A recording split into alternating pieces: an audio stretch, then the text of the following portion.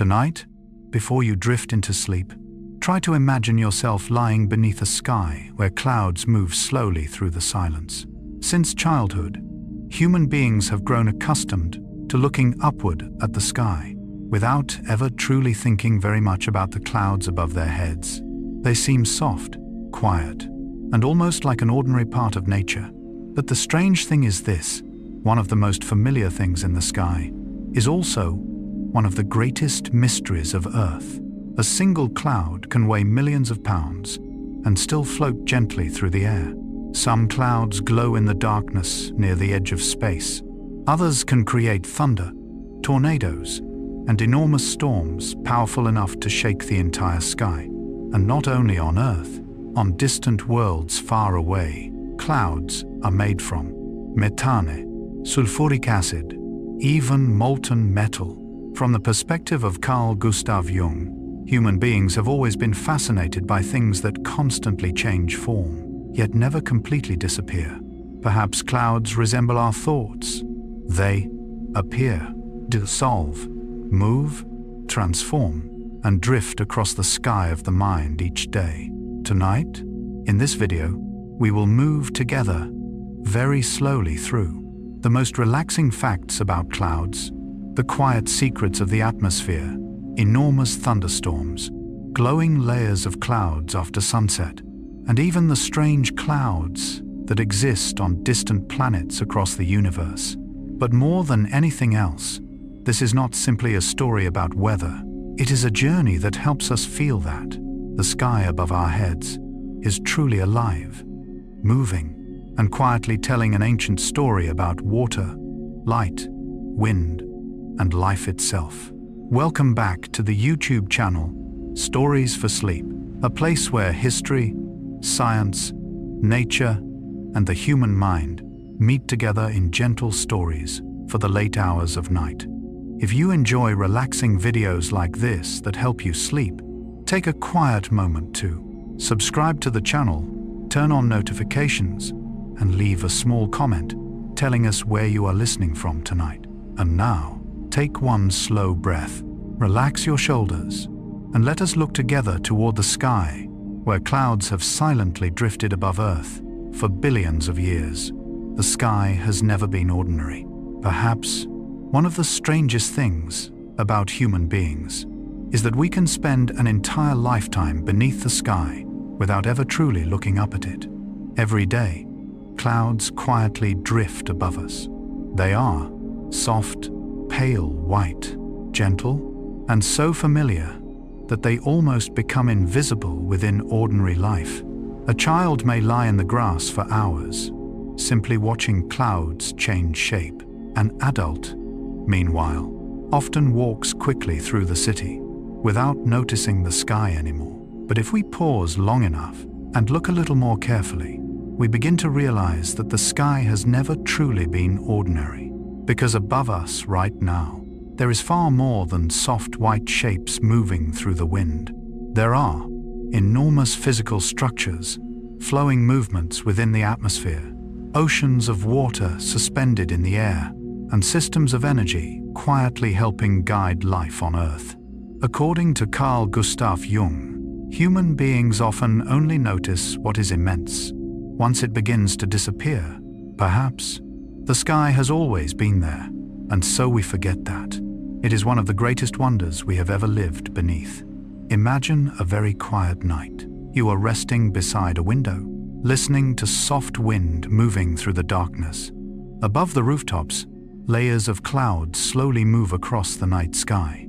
From the ground, everything seems calm and gentle, but somewhere high above, the atmosphere is moving endlessly. Water vapor, rising from the oceans, sunlight, heating the air until it ascends upward, high-altitude winds pushing clouds across thousands of kilometers, and billions of microscopic droplets colliding silently together. According to Jung, human beings are always drawn toward things that are simultaneously two blows, fragile, yet incredibly powerful. Perhaps clouds make us feel peaceful because they reflect a paradox very similar to the human mind itself. They are soft, yet heavy, beyond imagination, constantly changing, yet never truly gone, without any fixed shape, yet still following the invisible laws of nature. If we think deeply enough, a cloud is not made from water alone. It is created from light, temperature, pressure, movement, and the energy of an entire planet. Sunlight causes the oceans to evaporate. Water vapor rises into the atmosphere. The air cools as it climbs higher. Tiny droplets begin forming around dust, sea salt, and invisible particles floating through the air. And then a cloud appears. According to Jung, many beautiful things in life are born from what human beings cannot see.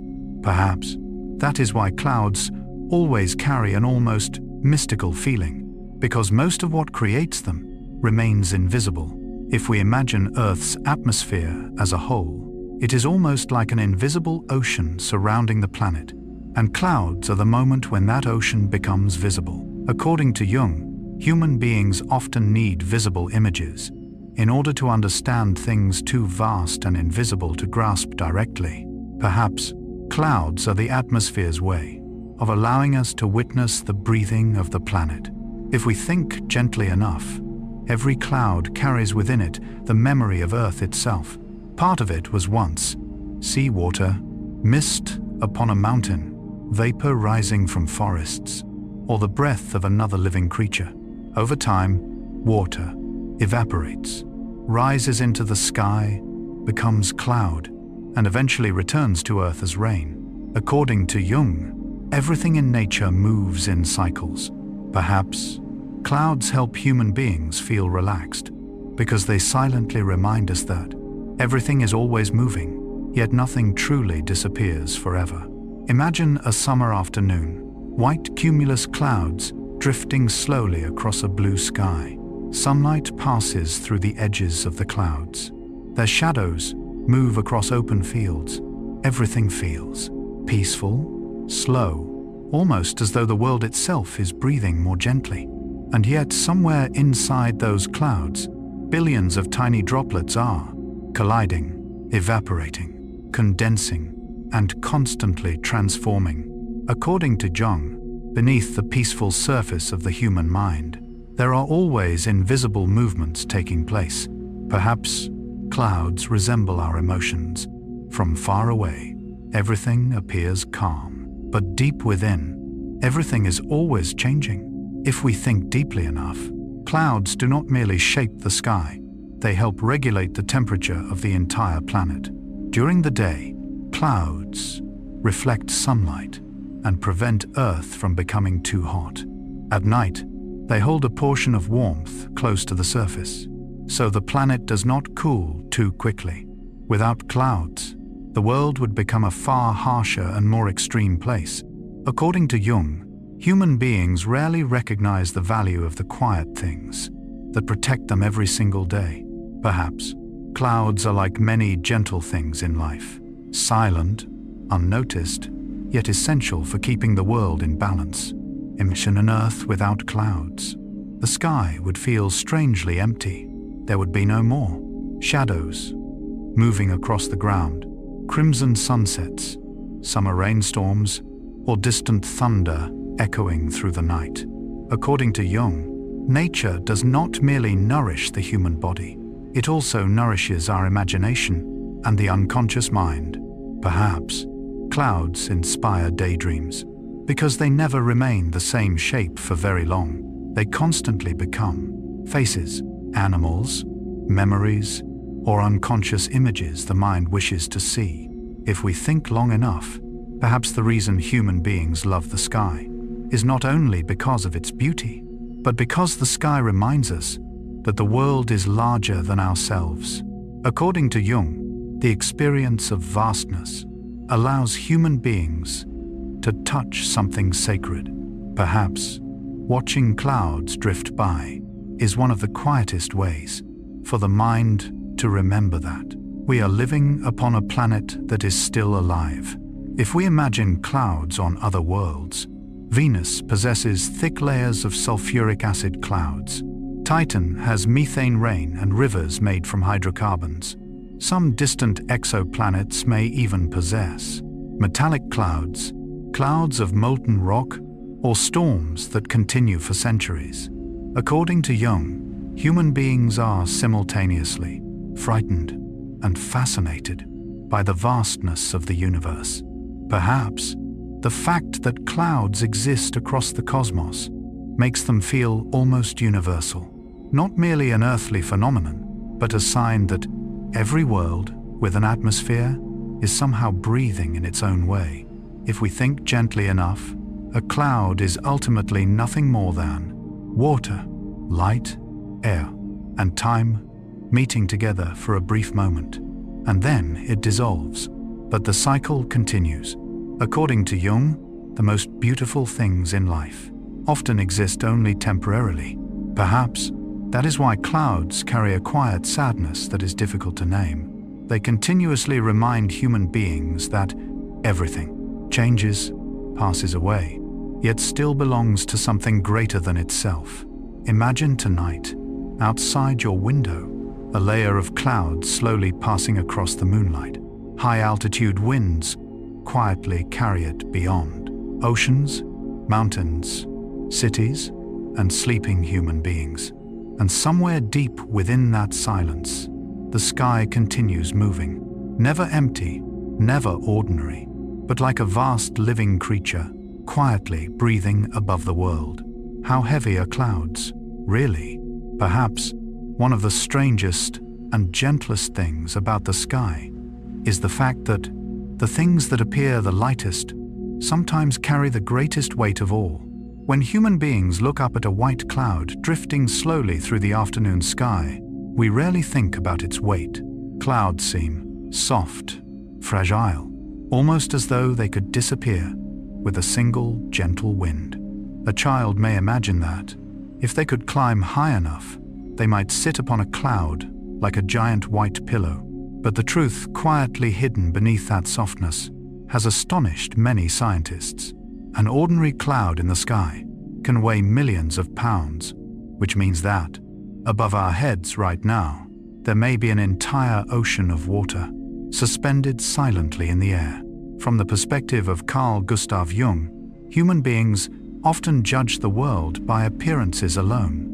We instinctively believe that what is soft must be weak, what is gentle cannot carry much weight, and what is quiet cannot truly be powerful. Perhaps clouds surprise us because they quietly break apart that intuition. Imagine a summer afternoon, a large white cumulus cloud drifting across a blue sky. Sunlight reflects along its edges until it almost seems to glow. From the ground, everything appears peaceful, serene, and completely harmless. But somewhere within that cloud, there exists billions of microscopic droplets, endless currents of moving air, and an invisible system of energy holding that enormous mass of water suspended within the sky. According to Jung, many things in life only become profound once we learn to look beyond their surface. Perhaps clouds make human beings feel relaxed, not only because of their beauty, but because they quietly remind us that the world is always more complex than what the eyes alone can see. If we think deeply enough, the fascinating thing is that a cloud does not fly the way a bird flies. It has no wings, no skeleton, no engine.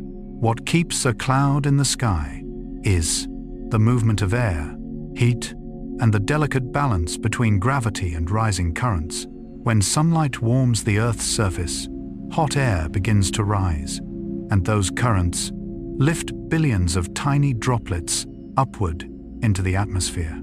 According to Jung, all existence depends upon invisible forces beneath the surface. Perhaps clouds resemble human emotion.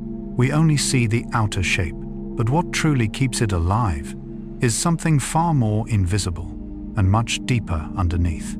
If we imagine the billions of droplets within a cloud, each droplet is so tiny that it is far smaller than a strand of human hair. One individual droplet carries almost no noticeable weight, but when billions, even trillions, gather together, the entire cloud suddenly becomes an enormous mass. According to Jung, many of the most powerful things in life are created from countless small things joining together. Perhaps clouds make human beings unconsciously feel familiar and close, because they reflect the very way the mind itself works.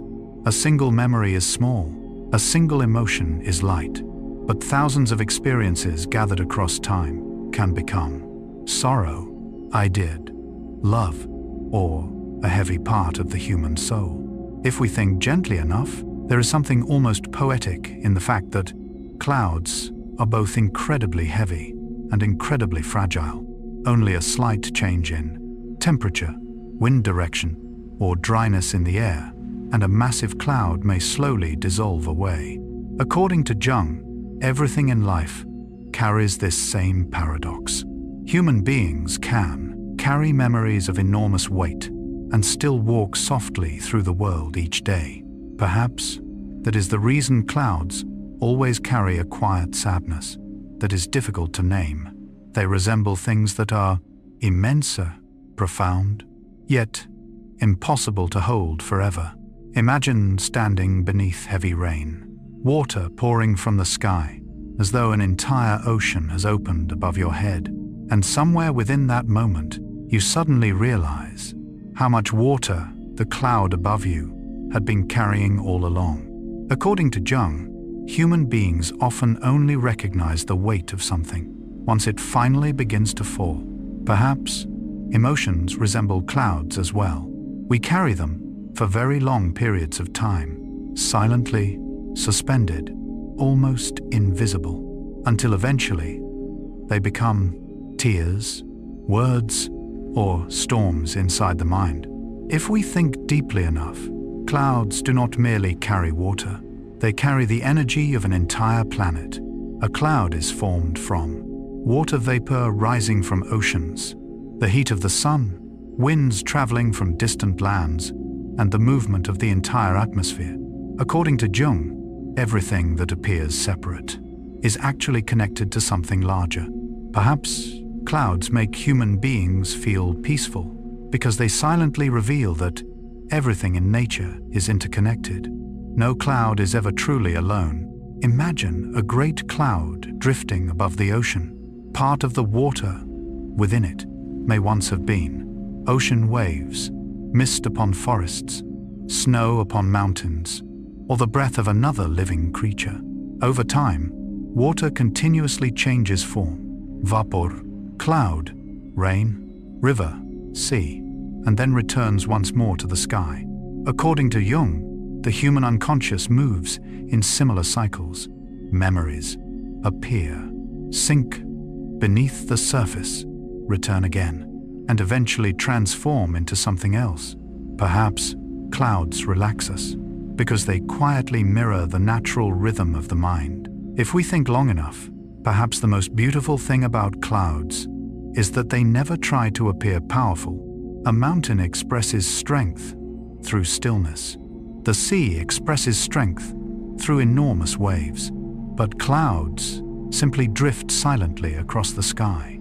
According to Jung, many of the deepest forms of strength never need to display themselves. Perhaps clouds teach human beings that the things carrying the greatest weight are not always the things making the greatest noise. Imagine night falling, a great layer of cloud drifting across the moonlight. From the ground, everything appears soft, thin, almost unreal. Yet somewhere above, millions of pounds of water remain quietly suspended in the sky. And perhaps that is why clouds move human beings in ways that are difficult to explain, because they resemble life itself, carrying invisible weights, held together by unseen forces, and still continuing to drift gently through this vast world. The invisible seeds of clouds. Perhaps one of the most beautiful things about nature is that so many things that appear simple can only exist because of invisible forces beneath them. A cloud in the sky appears gentle. It emerges slowly, changes shape within the wind, then dissolves almost as though it had never existed at all. Human beings often believe that clouds are simply gathered water vapor, but the truth quietly hidden beneath that idea is far deeper. Because water vapor alone cannot become a cloud. It needs something else, an invisible point of attachment. A tiny seed, too small for the human eye to see. According to science, for a cloud to be born, water vapor in the atmosphere must gather around condensation nuclei, dust, sea salt, smoke, volcanic ash, pollen, even tiny bacteria drifting through the atmosphere. And from those nearly invisible particles, an enormous cloud slowly begins to form. From the perspective of Carl Gustav Jung, many of the most important things in life begin from things human beings barely notice. Perhaps, clouds move us emotionally because they quietly reflect the way the human mind itself works. A small memory, a passing sentence, a very gentle sadness. Sometimes, a single invisible seed like this is enough for an entire inner world to slowly form around it. Imagine a very early morning above the ocean, soft wind passing over the sea, waves breaking into tiny particles of water, sea salt rising into the air, tiny particles drifting invisibly through the atmosphere. Above them, water vapor slowly begins attaching itself to those particles. Tiny droplets form. Then, more droplets, more layers of vapor, more movement, until somewhere in the sky, a cloud quietly appears. According to Jung, everything in nature is connected, in deeper ways than human beings usually realize. Perhaps, every cloud is truly carrying the memory of the entire planet. If we think gently enough, a cloud above your head tonight may contain salt from distant oceans, dust from deserts, ash from volcanoes, or pollen from forests thousands of kilometers away. Through the wind, everything travels across the atmosphere until it meets somewhere within the sky. According to Jung, the collective unconscious of humanity moves in much the same way. No thought is ever truly isolated. No emotion appears completely alone. We constantly carry within us memories, experiences, wounds, and traces of other people. Perhaps, clouds make human beings feel close to one another because they silently reveal that everything in this world is connected. Imagine a tiny speck of dust floating through the air. It appears almost meaningless, so small that nobody notices it. Yet without it, a droplet of water might never form. And without billions of those droplets, there would be no clouds at all. According to Jung, human beings often underestimate small things, yet the things that appear insignificant quietly shape entire lives. Perhaps a tiny memory from childhood resembles a condensation nucleus within the mind. Over time, emotions, thoughts, and fears begin gathering around it, and slowly, an entire inner world is formed. If we think deeply enough, the most poetic thing about clouds is that they are born through the cooperation of countless invisible things. Without dust, salt, ash, bacteria, or the movement of air, clouds would never appear as we know them. According to Jung, no human being truly exists independently. Our identities are formed from family, memory, language is a private, and countless other invisible influences. Perhaps every human being resembles a cloud. We imagine ourselves as separate beings, but in truth, we are formed from countless traces of the world itself. Imagine powerful winds carrying dust from the Sahara Desert, dust traveling across the ocean, even reaching the Amazon rainforest. Those tiny particles help clouds form, nourish forests, and influence climates far from where they first began. According to Jung, this is one of the deepest truths of existence. Everything affects everything else. Perhaps no action ever truly disappears. No trace is ever completely lost. Like a tiny grain of dust, that may eventually become part of the sky itself. If we think long enough, there is something almost spiritual in the fact that a cloud does not belong only to the sky where it appears. It carries within itself oceans, mountains, forests, deserts, cities, and even traces of humanity itself. According to Jung, the collective unconscious is also a kind of shared atmosphere of humanity. We imagine our thoughts are completely private, yet many fears, many dreams, many symbols have existed within the human mind for thousands of years. Perhaps clouds make us feel calm because they quietly reflect the feeling of belonging to something greater than ourselves. Imagine a quiet night. You look upward at clouds drifting across the moonlight. Everything appears soft, thin, almost weightless. Yet somewhere within those clouds, there exists dust from oceans, ash from volcanoes, traces of forests, and invisible particles that traveled across the world long before meeting together in tonight's sky. According to Jung, human beings are always fascinated by things that are simultaneously temporary, yet connected to something eternal. Perhaps that is why clouds carry such a mysterious feeling that is difficult to describe. They exist only briefly, yet what creates them has traveled across the planet for ages. If we think gently enough, a cloud is ultimately not only water, it is the memory of oceans, the dust of deserts, the breath of forests, the ash of volcanoes, and the invisible movement of the entire earth, meeting together for one brief moment in the sky, and then it dissolves. But nothing is ever truly lost. According to Jung, every experience in life leaves traces somewhere within the mind. Perhaps the history of Earth exists in the same way within clouds, silent, invisible, yet never completely gone. Imagine this very moment. Outside your window, a layer of clouds slowly drifting through the night. You cannot see the tiny grains of dust, the sea salt, or the invisible traces hidden within them. Yet they are still there, quietly holding the entire cloud together in the sky. And perhaps many things in life are the same. The smallest things, the most invisible things, are sometimes the very things quietly holding the whole world together. The clouds that glow after sunset. Perhaps one of the most beautiful and sorrowful moments in the sky comes a few minutes after the sun has already disappeared. It is the moment when the world begins to darken very slowly. Rooftops gradually sink into shadow. Rows of trees become quieter. The air grows cooler. And human beings often believe that the light is gone.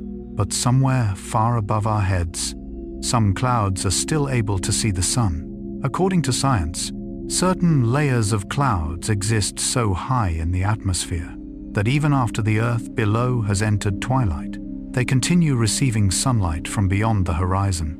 And because of this, they continue glowing within the darkness.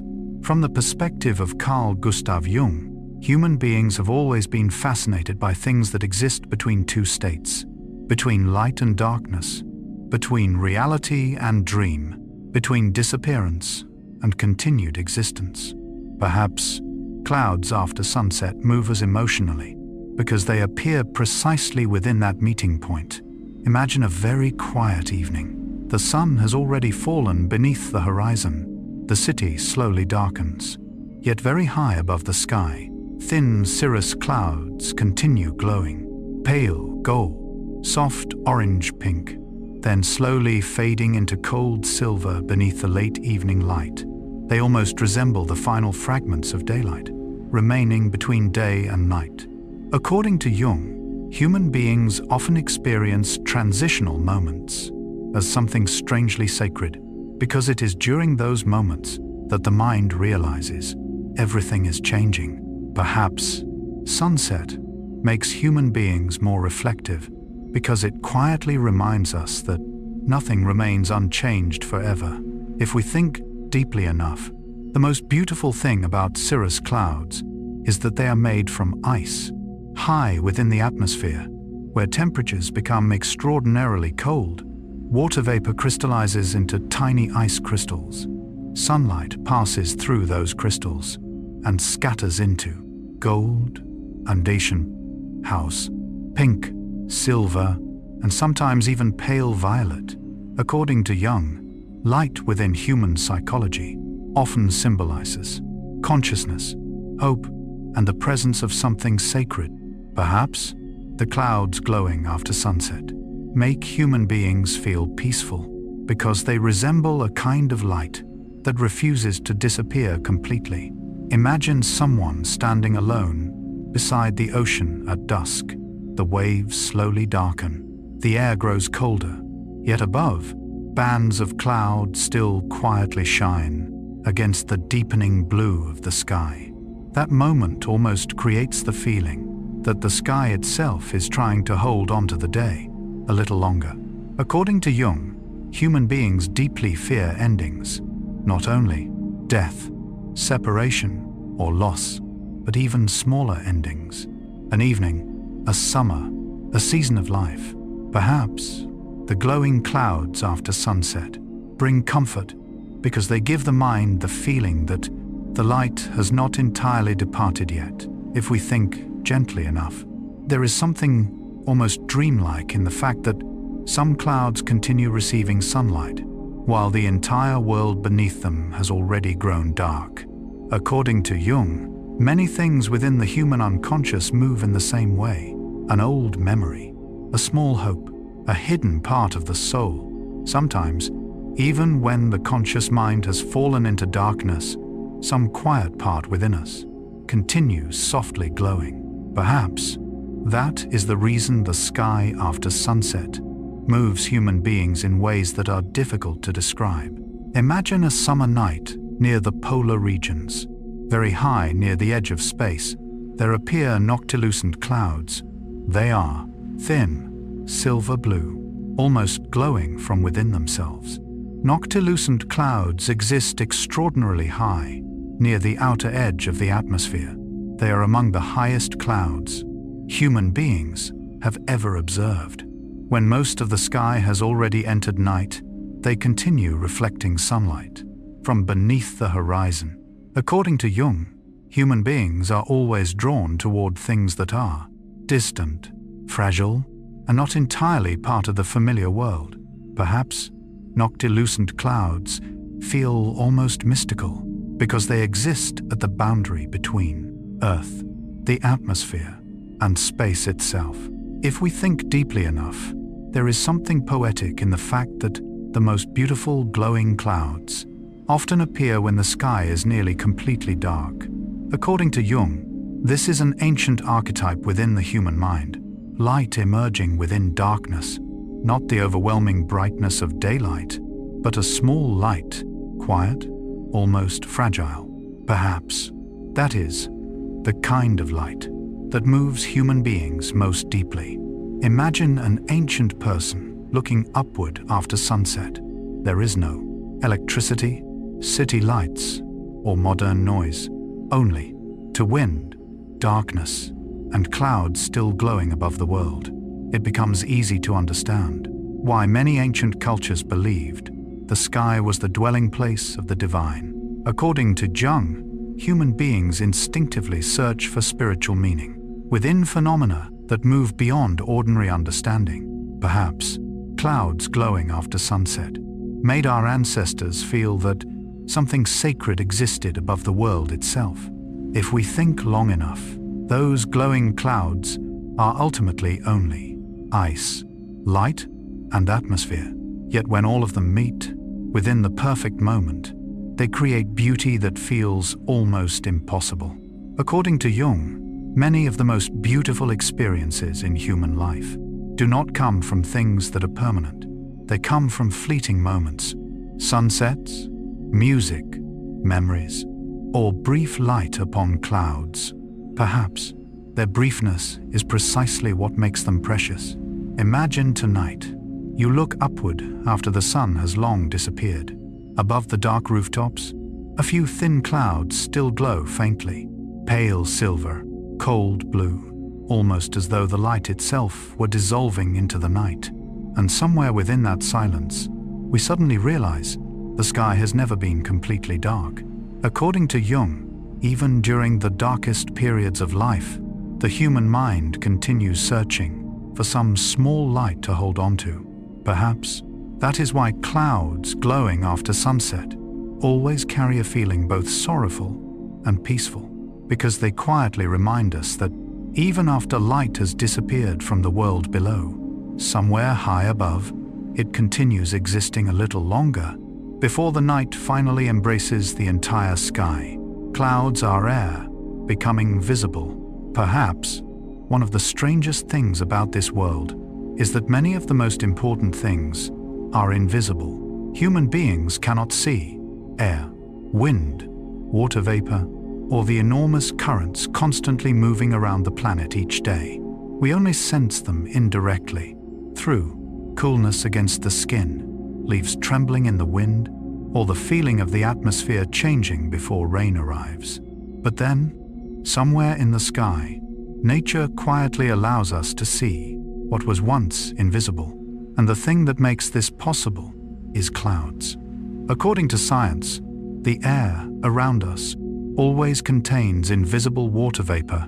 Even now, inside the quiet room where you are listening to this story, billions of tiny water molecules are floating invisibly through the air, but the human eye cannot see them. Only when temperatures fall does that vapor begin condensing into tiny droplets, and suddenly a cloud appears. From the perspective of Carl Gustav Jung, human beings are always fascinated by the moment when the invisible becomes visible. Perhaps that is the reason clouds relax the human mind in such a deep way, because they are the visible form of invisible movement. Imagine a very early autumn morning. The air is colder now. Moisture in the atmosphere begins gathering into thin mist. Far away, a layer of cloud slowly forms above a field. From the ground, everything appears almost magical, but in truth, it is simply the moment when air becomes visible. According to Jung, many things within psychological life move in the same way. We rarely see how thoughts begin, how memories move, or where emotions first emerge from. Yet sometimes, a dream, a sadness, or a nameless feeling suddenly rises into consciousness, like clouds emerging from an invisible sky. Perhaps clouds make human beings feel familiar and close because they mirror the way the mind itself moves. If we think deeply enough, a cloud is not a fixed object. It is a process. It constantly forms, it dissolves, changes shape, and recreates itself. There is no true boundary between a clear sky and a cloud. There are only changes in temperature, humidity, and the state of water itself. According to Jung, the human ego resembles this as well. We imagine ourselves as fixed beings, but in truth, we are constantly changing. Our thoughts, emotions, memories, and the way we see ourselves. Perhaps clouds quietly remind us that everything in nature is more fluid than we imagine. Imagine watching the sky for many hours, clouds drifting, slowly, endlessly, almost never still. From the ground, we can finally see what the wind is doing to the atmosphere. A cloud stretched thin across the sky reveals high-altitude air currents. Towering clouds reveal warm air rising upward. Layers of cloud spreading across the sky suggest a stable atmosphere. According to Jung, human beings always need symbols to understand things too vast and abstract to grasp directly. Perhaps clouds are the language the atmosphere uses to speak to the world. If we think gently enough, a sky without clouds would feel strangely silent, not because it would lack beauty, but because human beings would no longer be able to see the movement of air itself.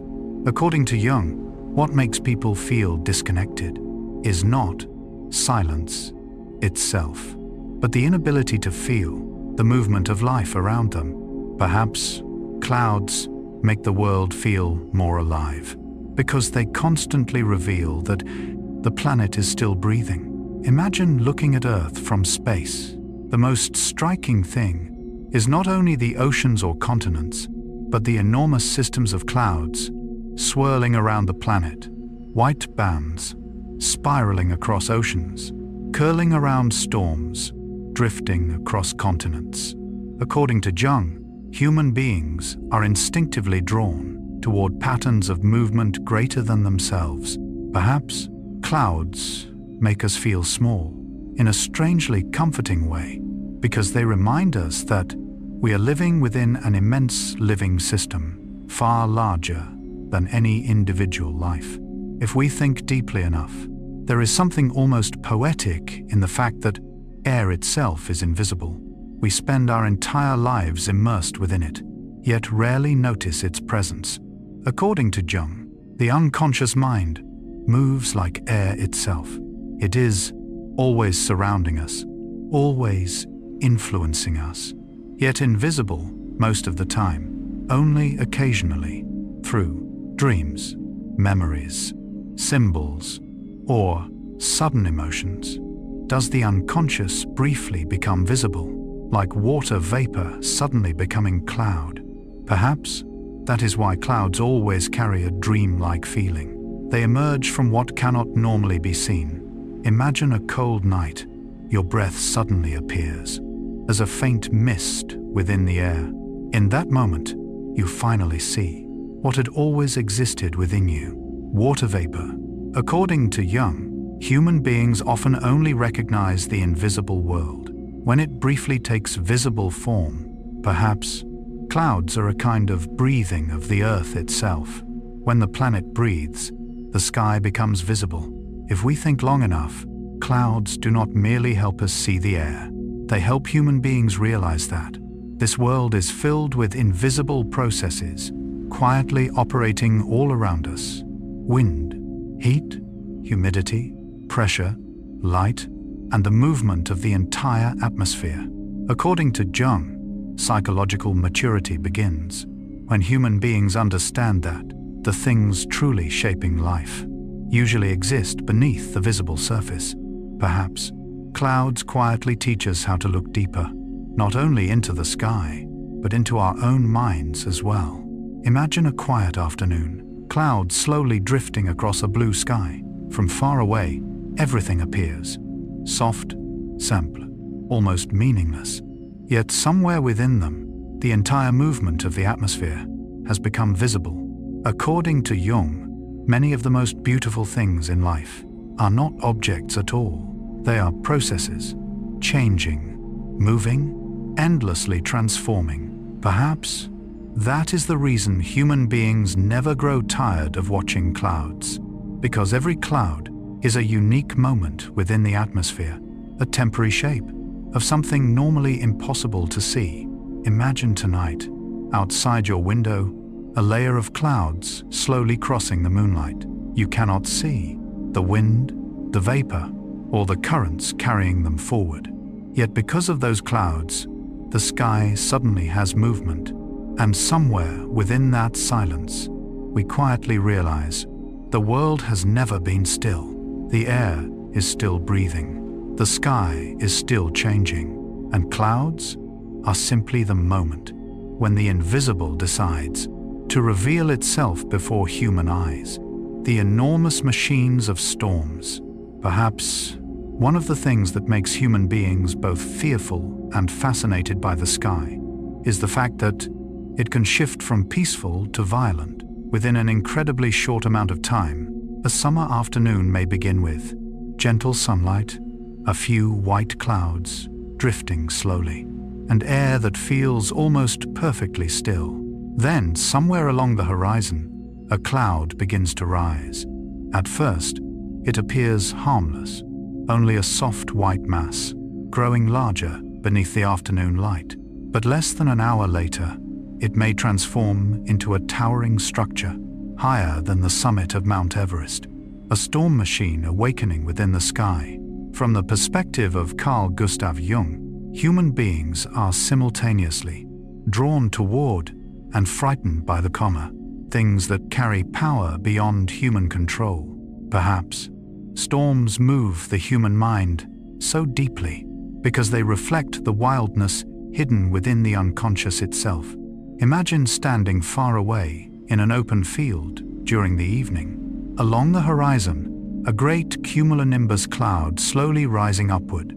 It grows so high that the top of the cloud spreads outward like an enormous anvil. The last sunlight reflects across its edges, bright white, pale gold, then deep gray-black beneath.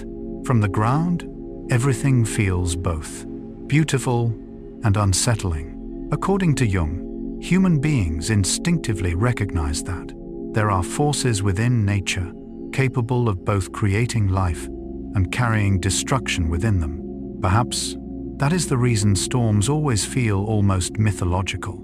If we think deeply enough, a thunderstorm is not simply cloud and rain. Inside it exists an entire chaotic system.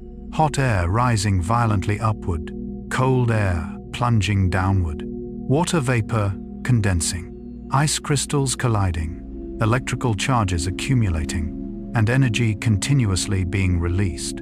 According to science, a thunderstorm cloud resembles an enormous atmospheric engine. It constantly absorbs heat, moves air, and transforms invisible energy into rain, wind, lightning, and thunder powerful enough to shake the sky itself. According to Jung, many powerful emotional states within the human mind move like storms as well. On the surface, everything may appear calm, but somewhere inside, emotional energy is accumulating, colliding, and searching for release. Perhaps storms make us both afraid and fascinated because they resemble the visible form of inner tempests within the mind. Imagine looking closely inside a thunderstorm cloud. Near the lower regions, hot, humid air rises upward with enormous force. Water droplets are carried high into temperatures far below freezing. They freeze, then fall, then are lifted upward again by rising currents. Ice, water, wind, and electricity continuously collide within the darkness of the cloud. According to Jung, all great transformations are born from conflict between opposing forces. Perhaps storms make human beings uneasy because they quietly reflect a deep truth. All creation carries chaos within it. If we think gently enough, there is something almost beautiful in the fact that a storm begins with warm air rising into the sky. From something invisible, an enormous structure is born. According to Jung, the unconscious mind moves in much the same way.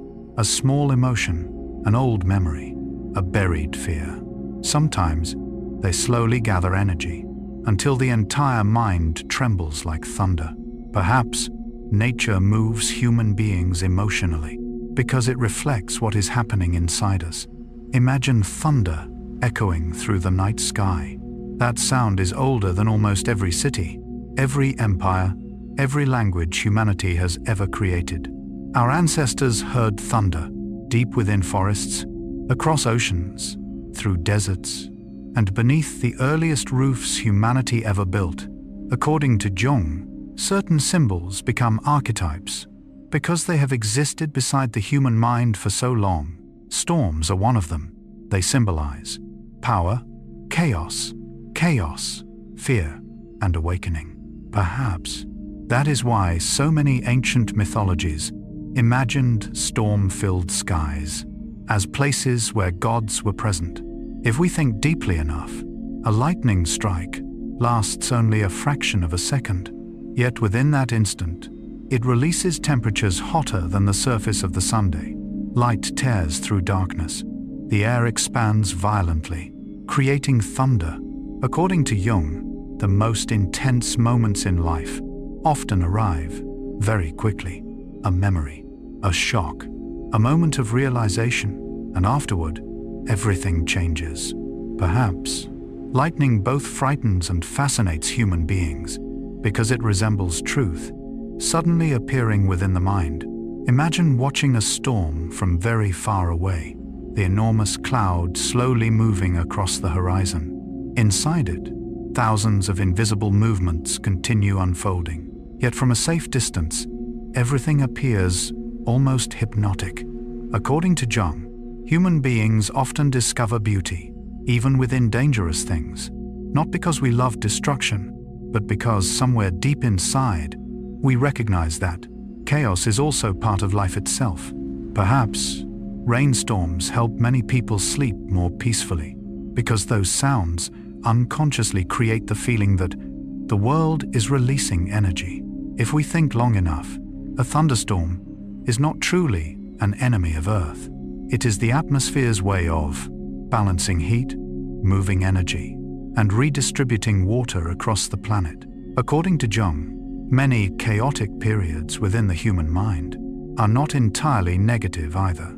Sometimes we need emotional storms in order to change, mature, and release what has been held inside for too long. Perhaps nature is not trying to remain gentle at all times, and perhaps that is precisely what makes it real.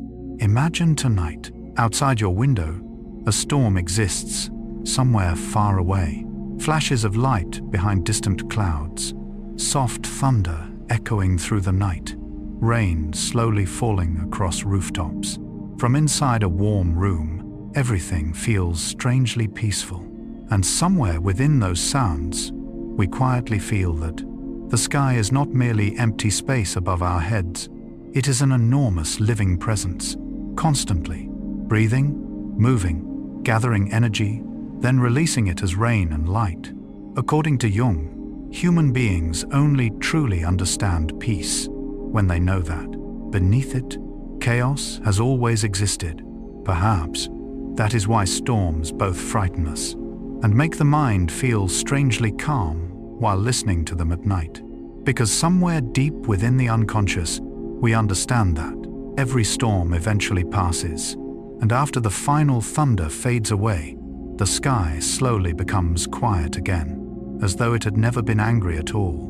Why are clouds white, grey, red, or green? Perhaps one of the reasons human beings never grow tired of looking at the sky is the fact that clouds almost never keep the same color for very long. In the morning, they may appear soft, white, light, almost dissolving into daylight itself. By evening, they become gold, orange, deep crimson. Before a storm, the sky may suddenly turn dark gray, cold violet, even an unsettling shade of green. And when night arrives, all colors slowly dissolve into darkness. From the perspective of Carl Gustav Jung, human beings have always connected emotion with color, not only because the eyes perceive color, but because somewhere deep within the unconscious, colors become symbols, emotions, and states of the soul. Perhaps clouds move us so deeply because the sky is constantly changing its mood before human eyes. Imagine a perfectly clear day, white clouds drifting across a blue sky. They appear clean, light, almost perfect. According to science, the white color of clouds appears when sunlight passes through billions of tiny water droplets inside them. White light contains many different colors. As it moves through water droplets, the light scatters in many directions, and when all those colors blend together, the human eye perceives white. According to Jung, light often symbolizes consciousness, clarity, and emotional balance. Perhaps that is why white clouds always create a feeling of peace. They make the sky appear broader, cleaner, and lighter. If we think deeply enough, the beautiful thing is that the whiteness of clouds is not a fixed color. It is created from the entirety of sunlight itself. According to Jung, human beings rarely carry only one color within the soul.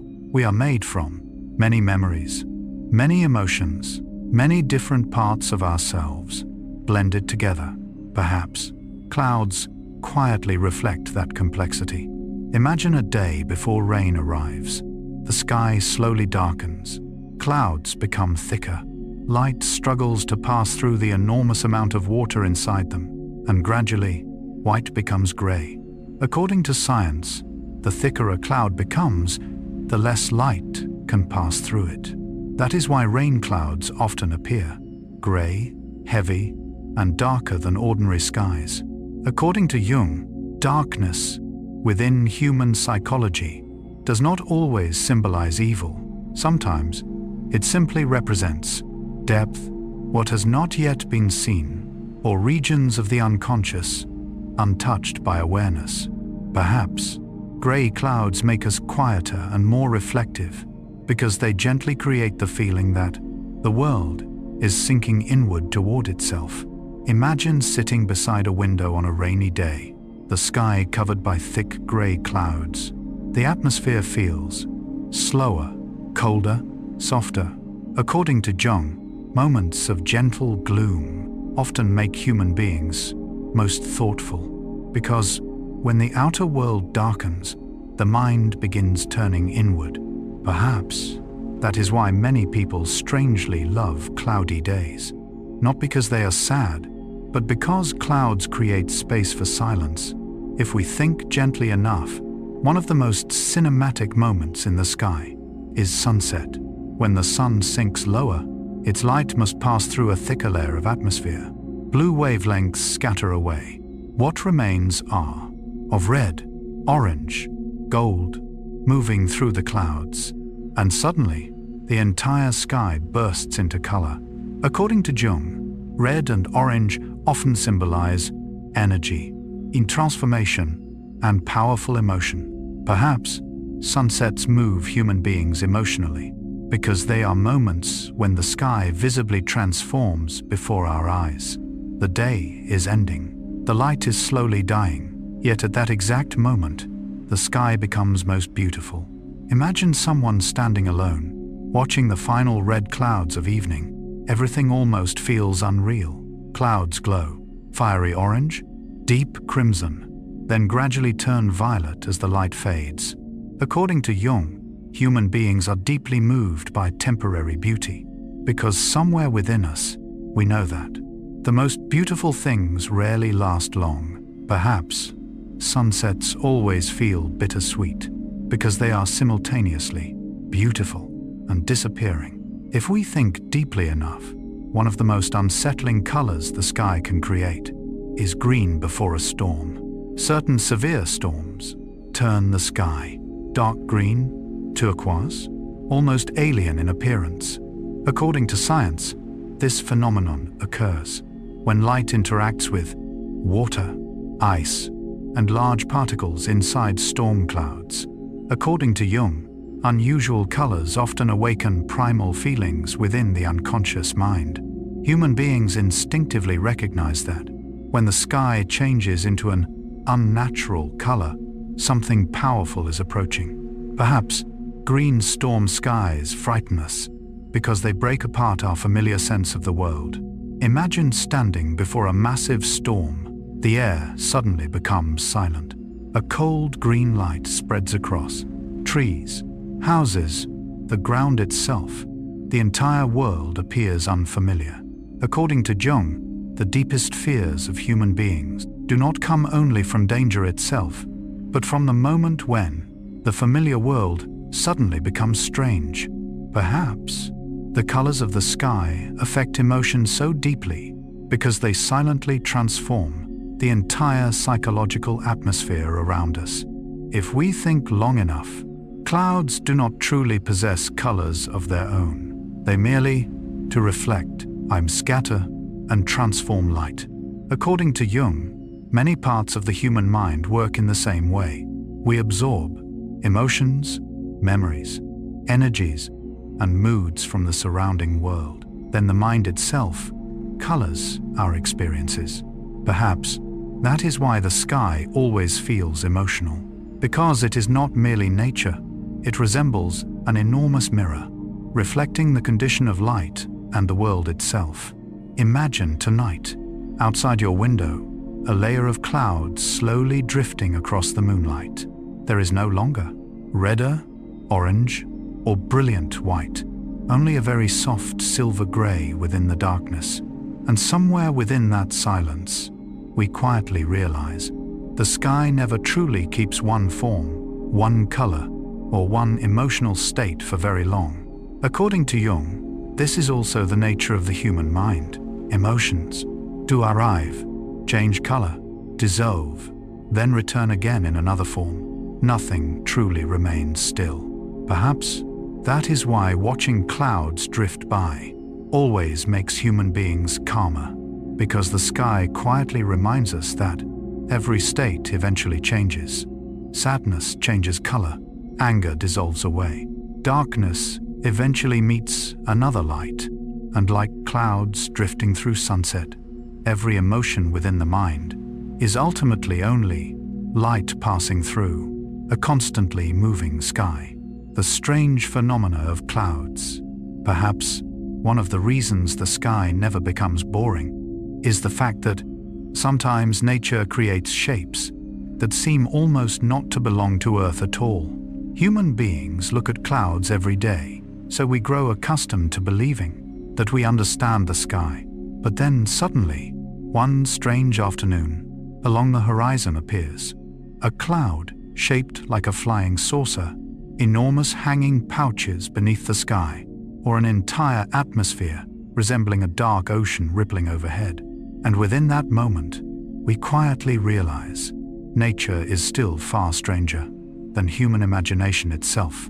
From the perspective of Carl Gustav Jung, human beings are simultaneously frightened and fascinated by forms that move beyond the familiar.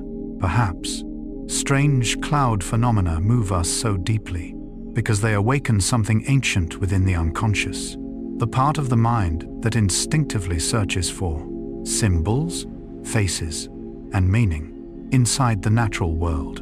Imagine an afternoon near the mountains. Above the peaks appears a formation of lenticular clouds. They are round, smooth, and perfectly layered, like enormous discs suspended in the sky, almost motionless, almost impossible looking. It becomes easy to understand why many people once mistook them for UFOs.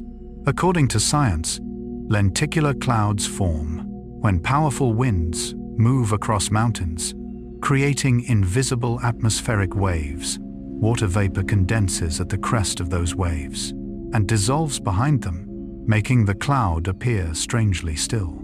According to Jung, human beings are instinctively drawn toward things that are symmetrical, balanced, and seemingly unnatural in form. Perhaps lenticular clouds feel almost surreal because they appear designed rather than born from natural chaos. If we think deeply enough, there is something poetic in the fact that such strange clouds are created entirely by invisible currents of air. According to Jung, many of the most beautiful forms in life are born from forces the eyes cannot see. Perhaps that is why nature always carries a mystical feeling. Imagine a storm that has just passed. Beneath the great cloud layer appear enormous hanging pouches of cloud, drooping downward from the sky. These are mammatus clouds. They feel strange, dark, almost unsettling. The sky suddenly appears to be melting. According to Jung, human beings often feel uneasy when familiar forms become inverted. Mammatus clouds disturb the mind because they break ordinary intuition about the sky. Clouds normally rise upward, but mammatus clouds hang downward instead. Perhaps these strange forms awaken the shadow within the unconscious, the place where human beings confront what is unknown, unpredictable, and beyond control. Imagine standing beneath a mammatus sky at dusk. Everything feels silent, heavy, almost apocalyptic, yet simultaneously incredibly beautiful. According to Jung, many of the most powerful human experiences contain both beauty and fear. Perhaps nature was never truly meant to feel entirely gentle. It is simply too vast to be reduced into a single emotion. If we think gently enough, one of the most hypnotic phenomena in the sky is the appearance of roll clouds, an enormous tube-shaped cloud rolling slowly across the horizon, almost like a tidal wave in the sky or an ocean learning how to fly. According to science, roll clouds form through interactions between cold air, warm air, and powerful atmospheric movement. But from the ground, everything appears almost impossible. According to Jung, human beings are deeply fascinated by archetypal images such as waves, circles, spiraling motion. Perhaps roll clouds awaken ancient fears within us because they resemble something primordial, approaching from the sky itself. Imagine an afternoon beside the sea. Above the ocean appear Kelvin-Helmholtz clouds. They look exactly like ocean waves, breaking across the sky. Soft, smooth, almost too perfect to be real. According to science, this phenomenon occurs when two layers of air move at different speeds, creating atmospheric waves. According to Jung, human beings instinctively love repeating patterns in nature, because somewhere within the unconscious, we sense that everything in the universe is connected by the same hidden laws. Perhaps that is why clouds resembling ocean waves always create a strangely peaceful feeling. The sky and the sea suddenly become the same thing. If we think deeply enough, there is something almost surreal about hole-punch clouds. A complete layer of cloud covers the sky. Then suddenly, an enormous circular opening appears in the middle, as though something has pierced a hole through the heavens themselves. According to Jung, human beings are always drawn toward empty spaces, doorways, and openings within reality. Perhaps hole-punch clouds make us uneasy because they resemble a tear within the familiar world. Imagine witnessing a sky filled with asperitas clouds. The entire cloud layer above becomes dark, rippling, and moving like an enormous black ocean, almost as though the sky itself has transformed into the sea. According to Jung, the ocean within the collective unconscious often symbolizes the deepest regions of the mind, primordial chaos, and realities beyond conscious understanding. Perhaps asperitas clouds affect human beings so deeply because they transform the entire sky into an image of the unconscious itself. If we think long enough, every strange cloud phenomenon is ultimately born from wind, water, heat, light, and the invisible movements of the atmosphere. There is no magic, no gods. And yet somehow, the result still feels magical. According to Jung, this is one of the deepest experiences human beings can have. When science explains something, its beauty does not disappear. Instead, it often becomes even more wondrous. Perhaps the sky keeps human beings looking upward forever, because it constantly creates forms, existing somewhere between science, dreams, and the unconscious mind. Imagine tonight, outside your window, layers of cloud slowly drifting across the moonlight. You do not know what shape they may become, how they will dissolve, or what strange phenomenon tomorrow's sky might reveal. And somewhere within that unpredictability, we quietly feel that the world is still alive, still mysterious, still capable of creating forms strange enough to make human beings stop, look upward, and remember that we are living beneath a sky that has never been completely understood. Fog, the cloud that touches the earth, perhaps one of the phenomena that makes human beings feel both peaceful and uneasy, is fog. Unlike thunderstorms, lightning, or violent winds, fog almost makes no sound at all. It does not arrive violently. It simply comes very slowly, quietly, as though the sky itself were gradually lowering toward the earth.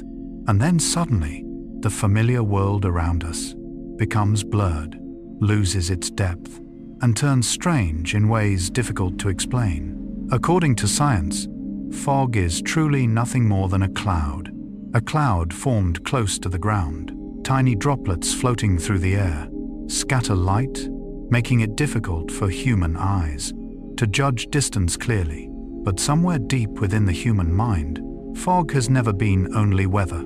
From the perspective of Carl Gustav Jung, human beings instinctively fear things that conceal vision, remove orientation, and blur the boundary between the known and the unknown. Perhaps that is the reason fog always carries a feeling that is dreamlike, melancholic, and slightly haunting. Imagine a very early morning. The city is still asleep. The air is cold. A layer of fog slowly spreads through the streets. Streetlights grow dimmer, surrounded by halos of light, almost as though they exist underwater. Footsteps suddenly sound farther away. Sound itself seems swallowed by that soft white veil. According to Jung, human beings often feel the unconscious mind becoming stronger when the surrounding world grows unclear, because when vision loses control, the mind begins to imagine, anticipate, and fill empty space with symbols.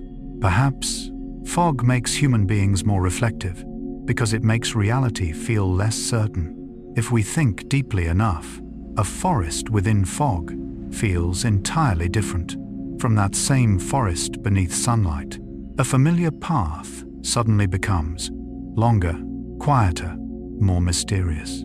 Distance disappears. You no longer know what lies ahead, where things truly end, or even where the sky itself begins. According to Jung, human beings deeply need orientation in order to feel safe, not only in physical space, but also in life, identity, and the mind itself. Perhaps fog quietly unsettles us because it temporarily removes that feeling of control. Imagine ancient travelers walking through forests filled with fog. There are no electric lights, maps, or modern technology, only wind, water, and blurred shapes moving through the whiteness. It becomes easy to understand why so many legends involving spirits, ghosts, and mysterious creatures are connected with fog. According to Jung, the unconscious mind always associates the unseen with fear, symbols, and imagination. Perhaps fog became a doorway between reality and myth because it removes clear boundaries from the world. If we think gently enough, there is something almost tender in the fact that fog is only water, nothing supernatural, nothing inherently dangerous, only cooling air, condensing vapor, and a cloud gently lowering itself toward the earth. According to Jung, many of the things human beings fear most are not truly dangerous. They are simply difficult to understand. Perhaps fog makes us uneasy because it makes the world unfamiliar. Imagine driving along a fog-covered road. Headlights illuminate only a few meters ahead. Beyond that, everything disappears into whiteness. And yet the moment feels strangely symbolic because human beings rarely see the entire road ahead in life. We almost always see only a small stretch before us. According to Jung, psychological maturity means learning how to continue walking forward even when we cannot clearly see the future. Perhaps fog quietly reflects the experience of being human itself. If we think deeply enough, fog does not erase the world, it merely hides it temporarily. The trees, mountains, roads, rivers are still there. Human eyes simply cannot see them clearly for a while. According to Jung, the unconscious mind moves in a similar way. Many memories, fears, and hidden parts of the psyche do not disappear. They simply remain behind, a kind of psychological fog. Perhaps that is the reason many people find fog strangely emotional, because it resembles the visible shape of memory itself. Imagine a harbor wrapped in fog. A ship horn echoes through the whiteness. Sound arrives before image. Everything feels distant, slow, almost outside of time. According to Jung, When the world becomes less visually stimulating, the human mind begins turning inward. Perhaps that is why fog always creates an introspective feeling. It causes human beings to slow down, speak more softly, and think more deeply. If we think long enough, there is something beautiful in the fact that fog never lasts forever. When sunlight arrives, those tiny droplets dissolve, evaporate, and become invisible once more. The world slowly appears again. According to Jung, many confusing periods in life are similar to fog. We believe we are lost, but in truth, the path still exists. Only our vision has temporarily become obscured. Perhaps nature quietly comforts human beings by reflecting our inner experiences back toward us. Imagine a mountain morning, fog slowly drifting through pine forests. Weak sunlight passes through the whiteness. Everything feels softer, quieter, almost as though the world itself were sleeping. According to Jung, human beings need moments that are uncertain, slow, and not entirely clear, so the mind may rest from constant control. Perhaps that is why many people love fog, even while it unsettles them, because somewhere very deep inside, we too sometimes wish to dissolve into silence, disappear from the sharpness of life, and exist a little more softly for a while. If we think gently enough, fog is ultimately only a cloud that has lowered itself closer to human beings, a piece of the sky touching the earth. According to Jung, the most sacred moments often occur when distance disappears and worlds that are normally separated not suddenly meet each other. Perhaps that is why fog always feels suspended between dream and reality. Imagine tonight, outside your window, a thin layer of fog drifting through a quiet street. Streetlights glow softly within the whiteness. Sounds feel farther away than usual, and somewhere within that silence, we quietly feel that the world has never been entirely clear. Air, memory, the future, and even the human mind itself all contain their own regions of fog. But perhaps that is not something to fear, because just as fog dissolves beneath sunlight, many things in life also slowly become clearer. As we continue walking through the whiteness, little by little, beneath a sky still quietly breathing above us. The main types of clouds: cirrus clouds, high clouds made from ice crystals, thin and delicate like feathers; cumulus clouds, the white cotton-like clouds of sunny days, formed by warm air rising upward; stratus clouds, layered clouds covering the entire sky. They create a slow, quiet, overcast feeling. Nimbus clouds, clouds that carry rain; cumulonimbus cloud, enormous storm towers that create lightning, hail, and tornadoes. Clouds reveal the invisible currents of air. Perhaps one of the most quietly beautiful things about the sky is the fact that human beings spent thousands of years looking upward at clouds and eventually realized that even the chaos of the atmosphere contains repeating patterns of its own. Clouds do not appear completely at random. They have structure, have patterns, exist at different heights, move in different ways, and almost resemble different personalities of the sky itself.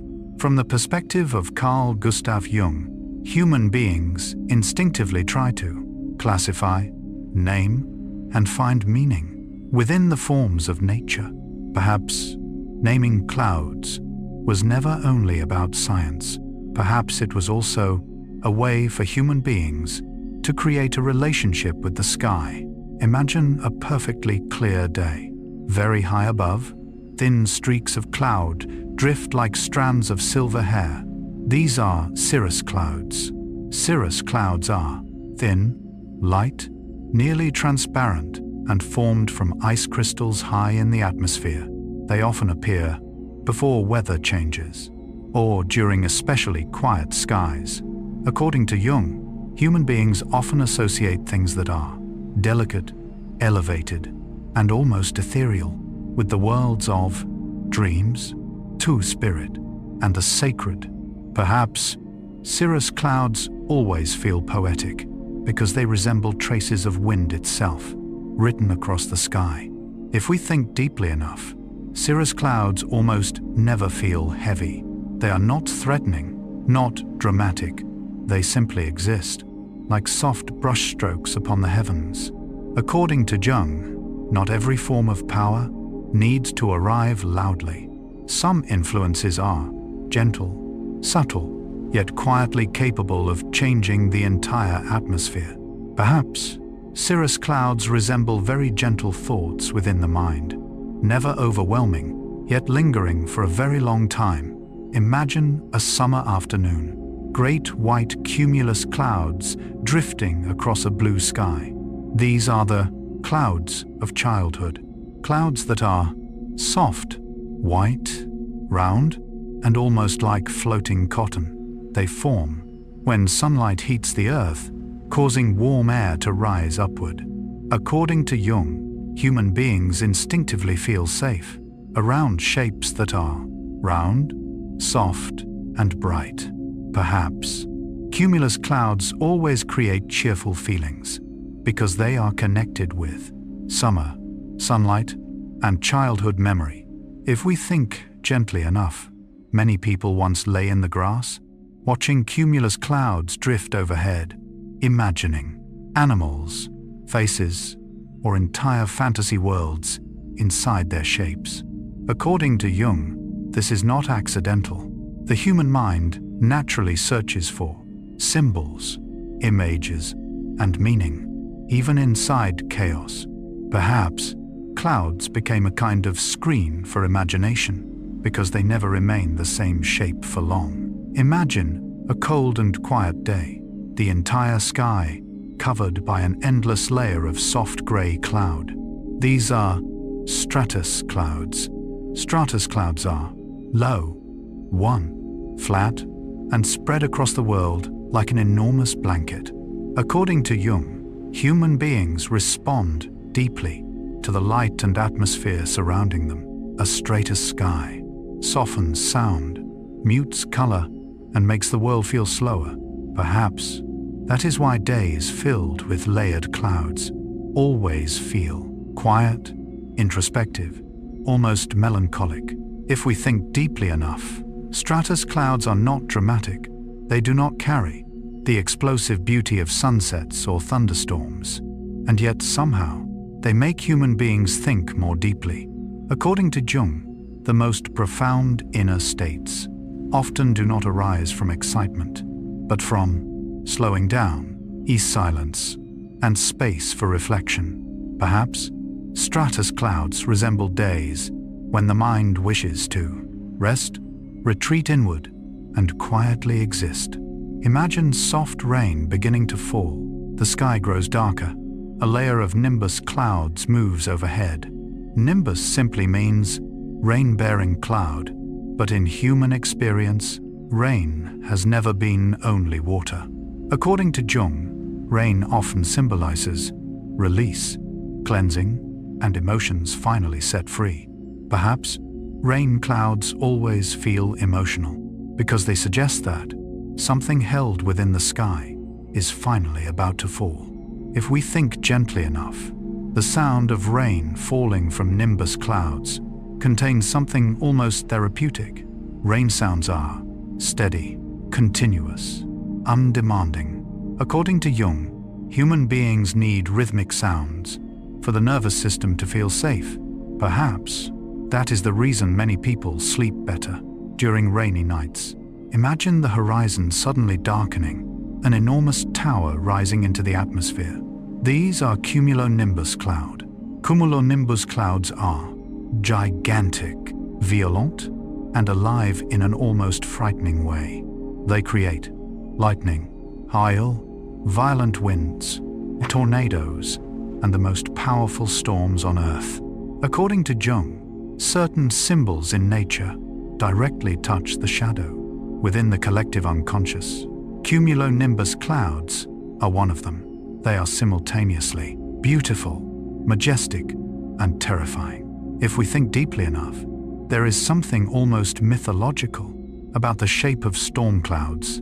They rise like mountains, fortresses, or enormous cities in the sky. It becomes easy to understand why many ancient cultures believed that gods lived inside storm clouds. According to Jung, human beings instinctively connect height, light, and the power of nature with the sacred. Perhaps cumulonimbus clouds make us feel small because they visibly reveal how powerful nature truly is. If we think long enough, the most fascinating thing about cloud types is that they resemble different moods of the sky. Cirrus, light and distant, dreamlike. Cumulus, bright, playful, alive. Stratus, quiet, reflective, slow. Nimbus, emotional, releasing. Cumulonimbus, intense, explosive, primal. According to Jung, human beings always project emotions onto nature, but perhaps that is not entirely projection. Perhaps the sky truly does speak to the human mind through light, shape, and the atmosphere it creates. Imagine tonight, outside your window, a layer of clouds slowly drifting across the moonlight.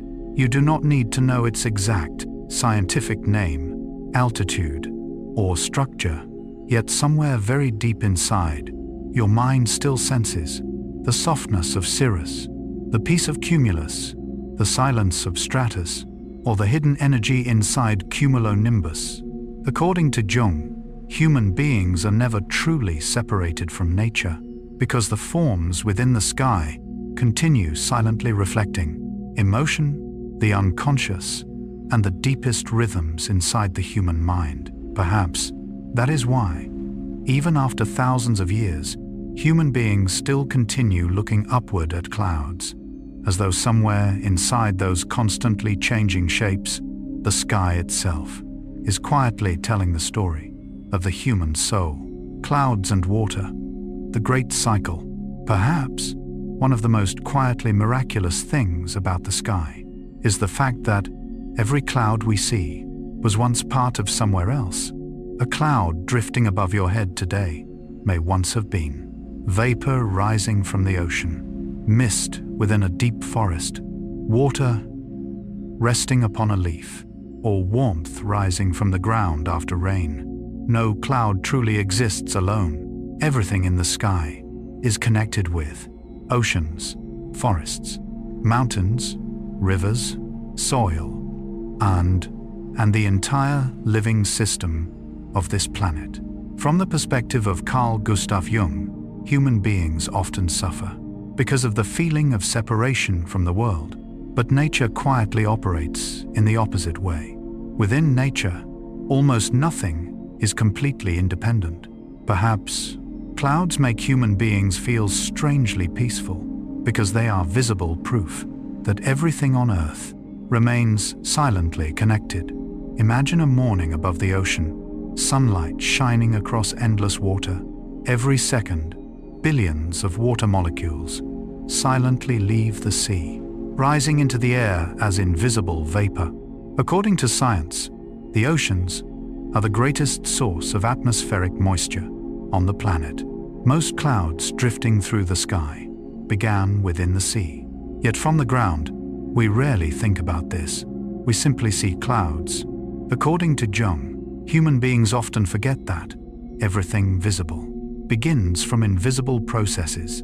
Perhaps that is why nature always carries a meditative feeling, because it quietly reminds us that everything immense begins from very small movements. If we think deeply enough, a cloud is not created within a single moment. It is the result of sunlight, heat, wind, water, time, and the entire movement of the atmosphere. According to Jung, the human mind moves in the same way. No emotion appears from nothing. Every thought, every sadness, every dream is the result of countless small experiences gathering together across time. Perhaps clouds quietly reflect the way the human soul itself is formed. Imagine an enormous tropical rainforest. During the day, trees continuously release moisture into the air through evaporation and transpiration. Millions of leaves silently breathe upward into the sky. According to science, forests do not merely receive rain, they actively create clouds. A large portion of atmospheric moisture is lifted upward from plants themselves. According to Jung, human beings instinctively feel that forests are alive, not only because of the trees, but because the entire ecosystem within them is exchanging dough, breathing, and nourishing itself continuously. Perhaps that is why standing inside a forest always feels like standing inside an enormous living being. If we think gently enough, every leaf in the world is quietly helping create the sky itself. There is something almost poetic about that. According to Jung, many of the most meaningful things in life come from invisible contributions. Not every influence is loud or dramatic. Some things are small, quiet, yet essential for sustaining the entire world. Perhaps forests move human beings emotionally because somewhere deep inside we recognize that all life depends upon one another. Imagine winds moving toward a mountain range. Moist air is forced upward.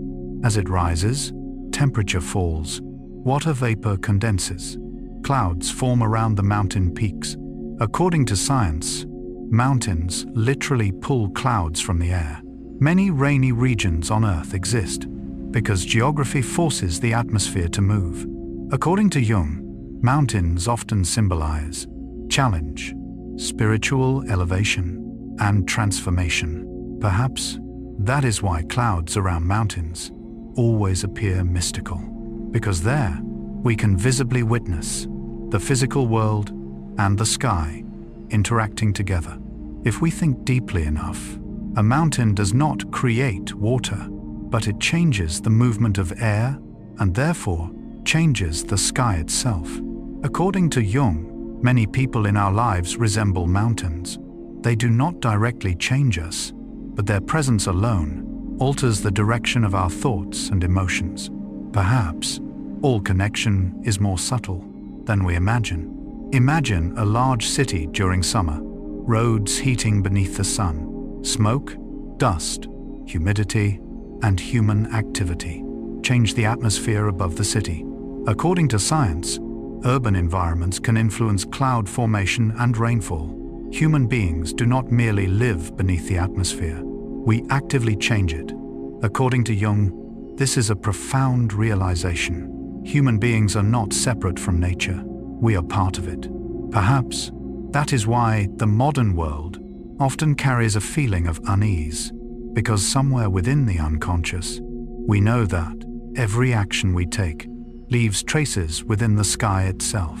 If we think about wildfires, smoke rises upward, carrying ash, dust, and tiny particles through the air. Those particles become surfaces for water vapor to gather around. New clouds begin forming. According to Jung, even destruction within nature often becomes part of renewal. Perhaps that is why nature is simultaneously beautiful, cruel, and healing. Nothing completely disappears. Everything transforms into another form. Imagine a volcanic eruption, ash filling the atmosphere. Light changes color. Clouds form around tiny drifting particles in the sky. According to Jung, great upheavals in life resemble volcanoes. They change the psychological atmosphere, spread ash across everything, and create new clouds within the mind. Perhaps human beings and nature always reflect one another, because both move through cycles of accumulation, release, transformation, and rebirth. If we think long enough, a cloud ultimately belongs nowhere entirely. It may be born from the sea, pass through forests, touch mountains, then fall as rain in a distant place. According to Jung, human beings also rarely belong to only one experience. We are formed from memories, people, places, and emotions that have passed through our lives. Perhaps that is why the sky always makes the human mind feel emotional, because it quietly reveals that everything in this world is flowing through everything else. Imagine tonight, outside your window, a layer of cloud slowly drifting across the dark sky. You cannot know which ocean it first rose from, which forests it passed over, or where upon the earth its water once belonged. Yet somewhere within that cloud exists the trace of the entire planet. According to Jung, human beings only truly mature when they realize they do not exist separately from the world. We are connected with ether, memory, other people, and cycles far greater than ourselves. Perhaps that is why watching clouds drift overhead creates a feeling that is both small and peaceful, because the sky quietly reminds us that all life upon this planet is still breathing together, moving together, and endlessly returning to one another within the great cycle of water, light, and time. Clouds can create extreme weather. One of the things that makes human beings feel both awe and unease beneath the sky is the fact that something as soft and quiet as clouds can give birth to forces powerful enough to change the entire world below them. From the ground, clouds often appear light, distant, almost harmless.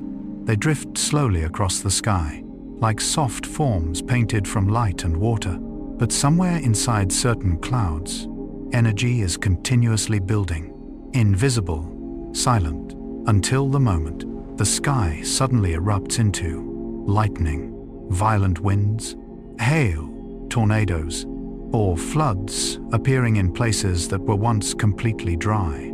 From the perspective of Carl Gustav Jung, human beings are always simultaneously fascinated and frightened by things that carry two opposite natures at once, beauty and destruction. Perhaps extreme storms move the human mind so deeply because they reflect the same chaos that exists within the unconscious itself. Imagine a vast desert. During the day, everything feels hot, dry, almost motionless. The sky seems empty.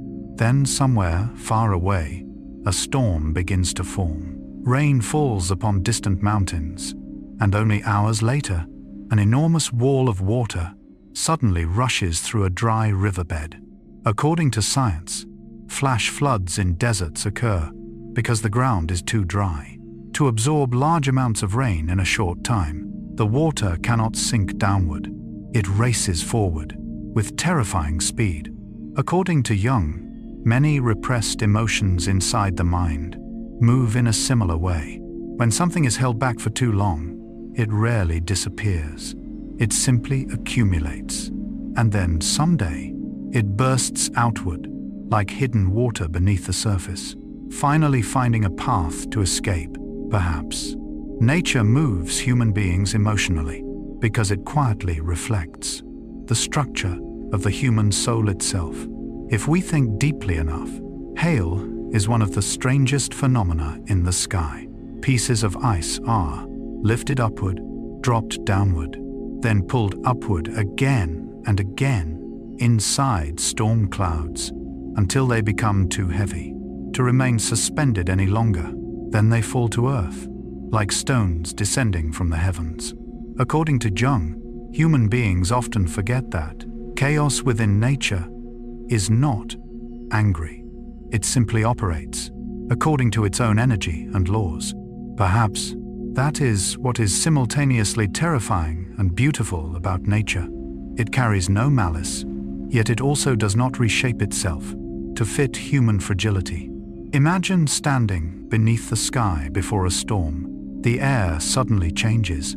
The wind grows colder. The scent of earth and ozone appears. Far away, a flash of lightning briefly tears through the darkness. According to science, lightning forms from imbalances of electrical charge inside clouds. But for the human mind, lightning has never been only electricity. According to Jung, Sudden light within darkness often symbolizes awareness, awakening, or truths hidden for too long. Perhaps lightning fascinates and frightens human beings because it resembles the image of something unconscious, suddenly illuminating the mind. If we think gently enough, human beings listened to thunder long before understanding the science of the sky. Our ancestors trembled beneath storms, watched flashes of light in the night, and imagined gods raging above the clouds. According to Jung, primal symbols that exist for long enough eventually become part of the collective unconscious. Perhaps that is the reason thunder still causes the human body to react instinctively even when we fully understand what it is. Imagine a tornado forming somewhere across the plains. The lower part of a cloud slowly stretches toward the ground. Air begins rotating faster and faster, and suddenly, an entire column of wind touches the earth.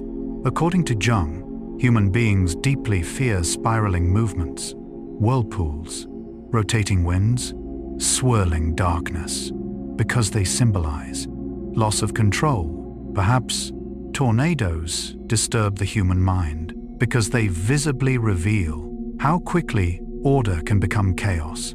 If we think deeply enough, the most unsettling thing about extreme weather is not only its power, but the fact that nature can change state almost instantly.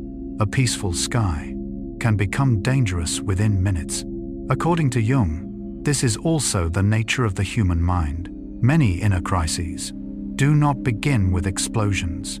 They quietly accumulate beneath the surface of seemingly ordinary days. Perhaps the sky always feels emotional because it moves more like the human psyche than we realize. Imagine an enormous wildfire, heat rising violently upward. Smoke, ash, and moisture climb high into the atmosphere. Then, strangely, a thunderstorm cloud begins forming from the fire itself. According to science, this phenomenon is called pyrocumulonimbus, a thunderstorm born from wildfire heat, a storm created by fire, almost mythological. According to Jung, human beings are instinctively drawn to images filled with opposites. Fire creating clouds, destruction giving birth to new movement, chaos forming structure. Perhaps that is why nature always feels symbolic. If we think long enough, a storm does not merely destroy. It moves heat, redistributes water, changes pressure, and balances the energy of the planet. According to Jung, many chaotic periods in life are not completely meaningless either. Sometimes, the mind needs to release, shake itself apart, or even partially collapses in order to rebuild itself anew. Perhaps nature is not opposed to chaos. It simply includes chaos as a necessary part of life itself. Imagine standing beneath the sky after a storm. Clouds slowly dissolving, light returns. The air feels cooler, cleaner, quieter. According to Jung, human beings often feel the deepest peace, not before a storm, but after it has passed, because somewhere very deep inside, we understand that we have survived something larger than ourselves. Perhaps that is the reason many people strangely love the sound of rain and thunderstorms at night, not because they are gentle, but because they remind us that all chaos eventually settles into silence again. Imagine tonight, outside your window, a layer of clouds slowly drifting across the dark sky.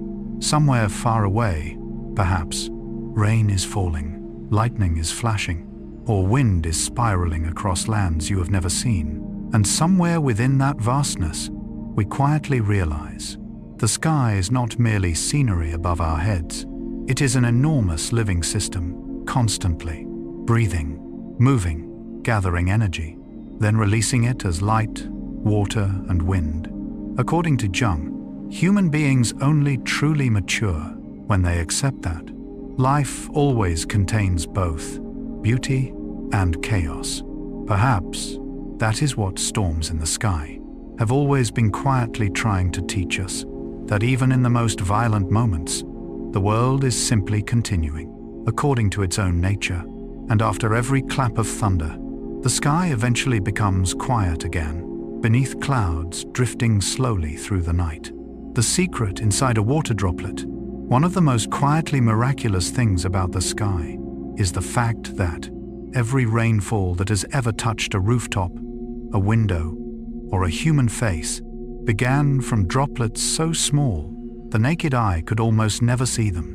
When we look at clouds, we often imagine them containing enormous masses of water or thick rivers of vapor floating through the sky. But the truth is far gentler than that.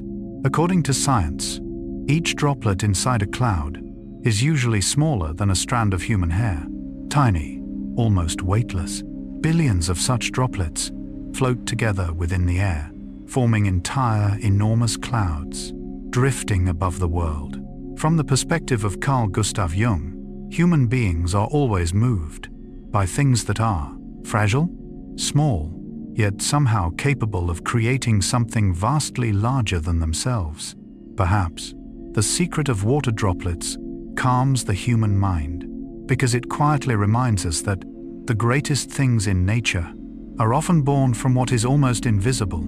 Imagine a white cloud drifting across the sky.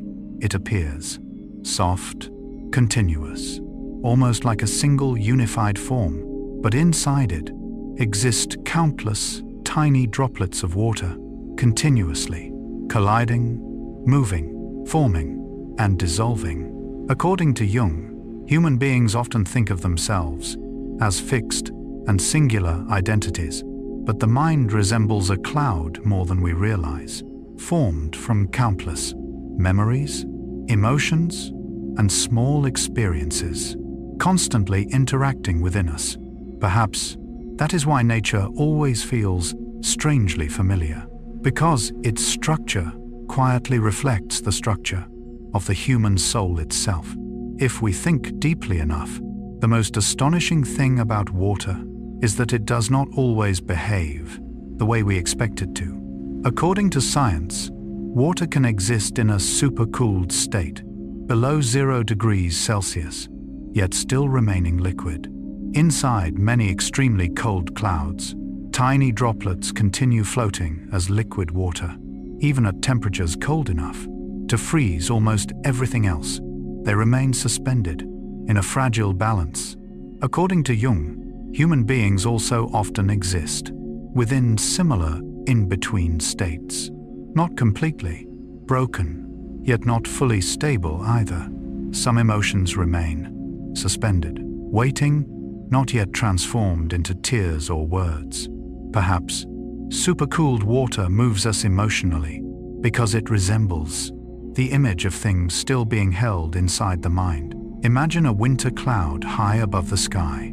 Inside it, billions of tiny droplets are colder than the freezing point, yet still not frozen into ice, almost as though they are waiting, hesitating, suspended between two states.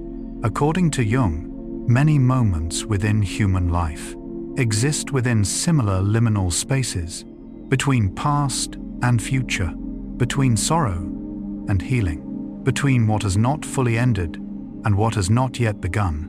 Perhaps nature always makes human beings reflective because it continuously mirrors inner states that words struggle to describe. If we think gently enough, rain does not begin the moment clouds appear. The sky must wait patiently. According to science, rain forms when tiny droplets inside clouds collide, merge together, become larger, and eventually grow too heavy to remain floating. Then they fall toward the earth.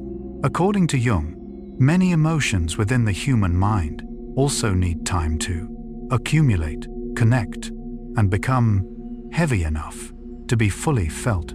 Perhaps that is why human beings sometimes suddenly cry after long periods of believing they were fine. Not because emotions suddenly appeared, but because countless tiny experiences finally joined together into a single raindrop, large enough to fall. Imagine rain beginning very softly upon a rooftop. Each raindrop was once a tiny, almost invisible part of a cloud. A droplet alone is too small to fall, too light to exist independently. But together, they create rain, rivers, oceans, and the entire cycle of life itself. According to Jung, human beings instinctively search for meaning in the idea that small things can unite into something vast. Perhaps rain always feels emotional because it quietly reminds us that no one truly exists alone. If we think deeply enough, water droplets inside clouds never remain still. They are continuously drifting, colliding, evaporating, reforming. According to Jung, this is also the nature of the human mind. We change, merge into new experiences, lose parts of ourselves, then recreate ourselves through every passing day. Perhaps that is why watching rain fall often feels healing, because somewhere very deep inside, we recognize that everything in life is still moving, even when we cannot see it. Imagine a very gentle nighttime rain, droplets touching windows, rooftops, leaves, and dark ground beneath streetlights. The sound of rain is rhythmic, soft, almost hypnotic. According to Jung, repeating sounds in nature have the power to calm the human nervous system because they remind us of heartbeats, breathing, and the most primal rhythms of life itself. Perhaps that is why many people sleep more peacefully while listening to rain, not only because the sound is pleasant, but because somewhere within the unconscious, rain makes us feel that the world is still functioning the way it should. If we think long enough, a water droplet ultimately belongs nowhere permanently. It may rise from the ocean, float inside clouds, fall into forests, flow through rivers, then return to the sky once more. According to Jung, human beings are also rarely as fixed as we imagine ourselves to be. We continuously absorb, change, lose, and are reborn through every experience in life. Perhaps the water cycle always feels spiritual because it quietly reminds us that nothing truly disappears. Everything simply changes form. Imagine looking very closely at a droplet of water, tiny, clear, almost invisible. It is difficult to believe that countless droplets like this can create clouds, rain, storms, oceans, and the entire climate of the planet. According to Jung, this is a profound truth about both nature and human beings. The greatest power often does not exist within a single enormous thing, but within connection, repetition, and the ability of small things to unite together. Perhaps that is the quiet lesson the droplets inside clouds have always been trying to teach us, that nothing is ever truly too small to create change. Imagine tonight, outside your window, a cloud silently drifting across the dark sky. Inside it, countless tiny droplets are still, floating, colliding, waiting. Somewhere very soon, a few droplets will become heavy enough to fall toward the world below, and somewhere within that silence, we quietly realize every rainfall, every river, and every ocean upon Earth began from things that were almost invisible. According to Jung, human beings often search for dramatic transformations, for enormous moments of change. But nature softly reminds us that many of the most profound things in life are created from tiny movements, small collisions, and quiet accumulations across time, like droplets inside a cloud, like memories inside the mind, and like the smallest moments of life that eventually gather together to form the person we become. Beneath this endlessly drifting sky, clouds, and the global climate, one of the most quietly astonishing things about the sky is the fact that The clouds, drifting gently above us each day, are silently helping regulate the temperature of the entire planet. When human beings look upward, we often think clouds are only scenery, weather, or beautiful shapes drifting through light. But somewhere above the world, clouds are continuously reflecting sunlight, trapping heat, cooling the atmosphere, or helping the earth remain warmer. According to science, clouds are among the most complex elements within the global climate system, and strangely, even now, human beings still do not fully understand how they will influence the future of the planet. From the perspective of Carl Gustav Jung, human beings often feel uneasy when we realize that the softest and most familiar things can silently hold enormous power. Perhaps clouds make us reflect so deeply because they quietly remind us that this world is kept in balance by countless invisible things we rarely notice. Imagine looking at Earth from space.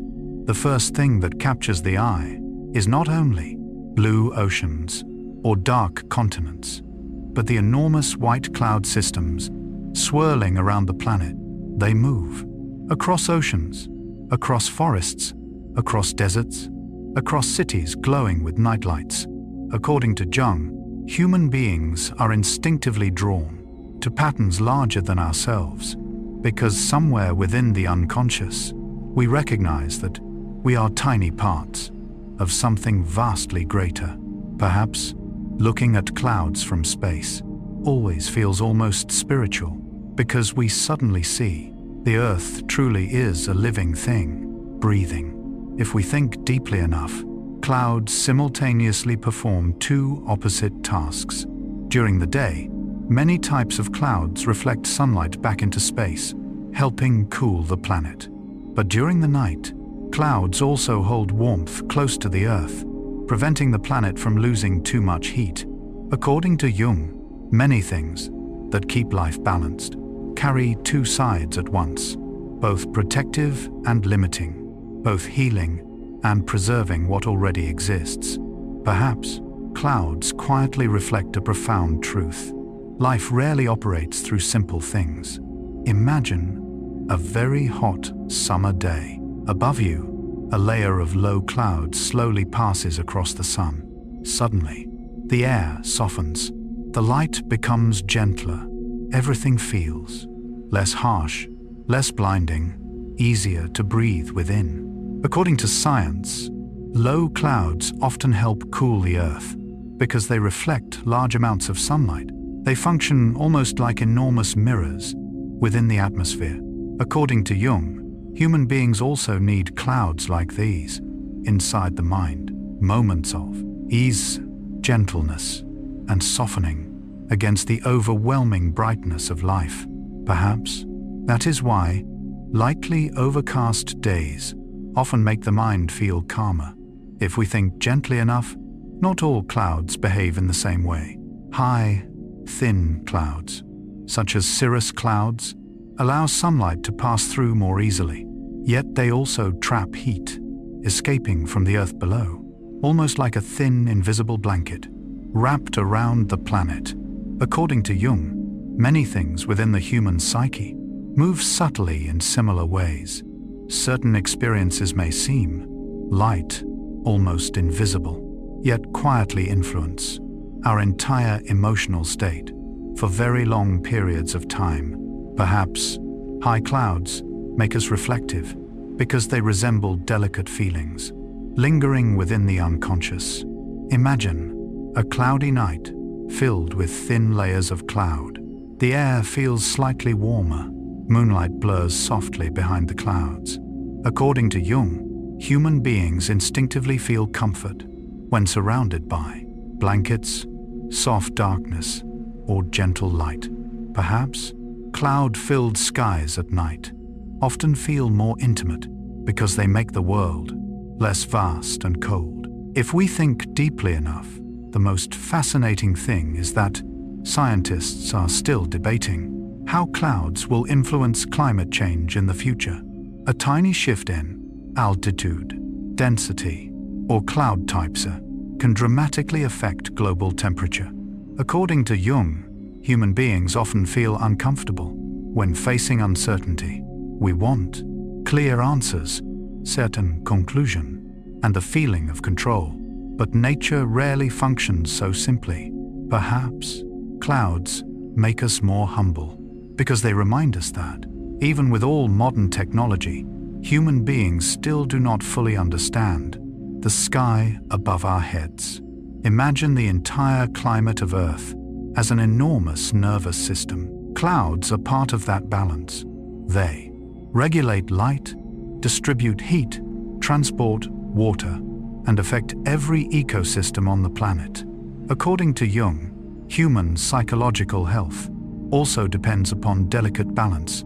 Too much pressure, brightness, heat, or stress can destabilize the system. Perhaps nature always feels emotionally familiar because it moves according to principles very similar to those within the human mind. If we think long enough, there is something almost poetic in the fact that clouds are both fragile and powerful. They are not solid, is not permanent, constantly changing. Yet simultaneously, they influence climate, oceans, crops, temperature, and the lives of billions of living beings. According to Jung, human beings often underestimate softness, but in nature, many of the strongest things are not rigid at all. Water, air, light, clouds. Perhaps that is the quietest lesson the sky is trying to teach us. Imagine a cloudy afternoon, light filtered softly through the atmosphere. The air feels gentle, cool, strangely calm. You suddenly feel as though the world itself has slowed slightly. According to Jung, the most healing state of mind is not excitement, but balance, rhythm, and the feeling that everything is still moving harmoniously. Perhaps clouds always help human beings relax because they literally help maintain balance for this planet itself. If we think deeply enough, every cloud in the sky is simultaneously reflecting light, holding warmth, transporting water, and changing the atmosphere around it. No cloud is meaningless. According to Jung, no human experience is truly meaningless either. Even the most fleeting emotions quietly influence the way we see the world, the way we love, and the way we exist. Perhaps clouds move us emotionally because they reflect a profound truth. Everything is connected. Imagine tonight, outside your window, a layer of clouds silently drifting across the moonlight. You cannot see heat, reflected light, or the energy moving through the atmosphere. But somewhere overhead, those clouds are still quietly participating in keeping this planet not too hot, not too cold, and suitable for life to continue existing. According to Jung, human beings often recognize the value of something only once it begins to disappear. Perhaps that is why cloudy skies sometimes carry a faint feeling of melancholy, because somewhere very deep inside, we know every balance in this world is delicate, and no matter how fragile it may seem, the sky continues, protecting, regulating, and softly embracing this small planet. With clouds drifting slowly through light and time, clouds on other worlds. Perhaps one of the most quietly humbling discoveries science has ever made is the fact that the clouds drifting across Earth's sky are not unique within the universe. For a very long time, human beings looked upward at clouds and believed they belonged only to our planet. Clouds were connected with rain, oceans, trees, and the familiar life surrounding us. But when humanity began looking deeper into space, we slowly realized something strange and beautiful. The universe also contains clouds, only they are not always made of water. From the perspective of Carl Gustav Jung, human beings are always simultaneously frightened and fascinated by the moment we realize our world is not the only center of existence. Perhaps the idea of clouds upon distant worlds moves the human mind so deeply because it quietly expands our definition of what feels familiar. Imagine standing upon Venus. The sky would resemble nothing on Earth. Above that planet, enormous cloud layers are formed from sulfuric acid, not soft water vapor, nor gentle rainstorms, but dense toxic atmospheres filled with heat and terrifying pressure. According to Jung, human beings instinctively react strongly when something familiar suddenly becomes alien. Clouds normally suggest peace, softness, and safety. But upon Venus, clouds become hostile. Perhaps that is why space always feels existential, because it reminds us that what we call natural is only one tiny version of a much larger reality. If we think deeply enough, a cloud, at its core, is simply matter floating inside an atmosphere. It does not necessarily need to be water. According to science, on Jupiter and Saturn, cloud layers are formed from ammonia, ammonium hydrosulfide, and many other chemicals. Their entire atmospheres are enormous oceans of gas, swirling endlessly. According to Jung, human beings often feel small before structures too vast to imagine. Perhaps the giant gas planets move us emotionally because they resemble the unconscious itself, deep, chaotic, and almost impossible to fully understand. Imagine gazing into the atmosphere of Jupiter, enormous colored cloud bands wrapping around the planet, storms larger than Earth itself. Great Red Spot, a storm that has existed for centuries. According to Jung, certain images within nature almost directly touch the archetypes of primordial chaos, cosmic power, and eternity. Perhaps that is why looking at giant planets always feels dreamlike, because the human mind struggles to truly grasp their scale. If we think gently enough, there exists a place within our solar system where it truly rains, but not with water. On Titan, Saturn's largest moon, temperatures are so cold that methane behaves the way water does on Earth. There exist methane clouds, methane rain, methane rivers, and dark hydrocarbon lakes, stretching beneath hazy orange skies. According to Jung, human beings are instinctively drawn to worlds that are both similar and unfamiliar. Titan feels unsettling precisely because it mirrors Earth, but according to an alien logic, perhaps that is why images of Titan always feel melancholic, like a dream of Earth, rewritten in another chemistry. Imagine standing beside a river upon Titan. There are no birds, forests, nor the scent of soil after rain, only dim light, cold air, and methane falling from an alien sky. According to Jung, the deepest loneliness within human beings often appears when we realize the universe is far larger than anything we once imagined. Yet strangely, within that same moment, we also feel more connected to existence itself. Perhaps distant worlds make us reflective because they simultaneously make us feel smaller and expand the imagination. If we think deeply enough, the most astonishing possibilities may exist beyond our solar system entirely. Scientists believe that, upon many distant exoplanet worlds, there may exist clouds of molten rock, metallic clouds, or storms of glass rain. According to Jung, human beings instinctively respond to images that feel almost impossible because they break the boundaries of what we once believed possible. Perhaps the idea of metallic clouds drifting across distant alien skies fills the mind with awe because it expands reality beyond ordinary human experience. Imagine a planet where stone evaporates into vapor, then condenses into glowing clouds within a crimson sky. Everything almost sounds mythological, yet somewhere within this vast universe, worlds like this may truly exist. According to Jung, imagination is not merely escape from reality, it is the way the mind prepares itself for realities larger than itself. Perhaps science and dreams were never truly separate.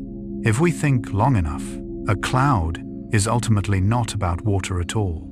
It is a universal phenomenon, matter floating inside an atmosphere, meeting temperature, pressure, light, and motion. According to Jung, human beings are always searching for patterns, repetition, and familiar structures within the universe. Perhaps discovering clouds upon other worlds quietly comforts us in a strange way, because it reveals that Earth is not completely alone within the logic of nature. Imagine looking upward into the night sky, clouds drifting softly across the moonlight. Somewhere beyond them exist acid-filled skies, ammonia storms, methane rivers flowing across distant moons, and metallic clouds drifting around alien suns. According to Jung, human beings only truly mature spiritually when we realize the universe is far larger than our need to control or fully understand it. Perhaps that is why the night sky always feels simultaneously beautiful, lonely, and comforting, because it quietly reminds us that we are tiny parts of something endless. If we think gently enough, a cloud on Earth and a cloud upon a planet thousands of light years away may be born from completely different materials, yet both are signs of the same truth. The universe is never truly still. It is always moving, condensing, changing, and creating new forms within the darkness of space. According to Jung, this is also the nature of the human mind. We are continuously changing, drifting through memory, forming dreams, then dissolving into something else. Perhaps that is why human beings never stop looking upward at the sky, because somewhere within those drifting clouds, whether upon Earth or upon distant alien worlds, we see reflections of ourselves, fragile, temporary, yet still moving quietly through this vast universe. Humanity and the clouds. One of the most quietly beautiful things about human history is the fact that long before humanity understood atmospheric physics, long before radar and satellites existed, we were already looking upward at clouds, as though the sky itself was trying to tell us something. For thousands of years, human beings learned how to observe clouds, remember their shapes, and search for meaning within the changing sky, not simply from curiosity, but because entire human lives depended on whatever was drifting overhead. From the perspective of Carl Gustav Jung, human beings instinctively seek to transform chaos into symbols. When standing before nature, vast and unpredictable, the mind begins to tell stories, create mythology, and read signs within the sky. Perhaps that is why clouds were never only weather. They have always been messages, memories, and mirrors reflecting the human mind across history. Imagine an ancient sailor upon the ocean. No radar, no satellites, no weather forecasts, only wind, waves, light, and clouds changing along the horizon. According to modern science, clouds truly reveal wind direction, humidity, pressure changes, and the approach of storms. But for ancient sailors, reading clouds was not merely knowledge, it was survival. According to Jung, things directly connected to survival often become deeply rooted within the collective unconscious. Perhaps that is why human beings still instinctively look upward before rain arrives. If we think deeply enough, an ancient farmer also learned to read the sky, almost like a language. Certain clouds foretold rain seasons, droughts, or approaching storms. Entire harvests, food supplies, and the survival of communities depended upon understanding the atmosphere.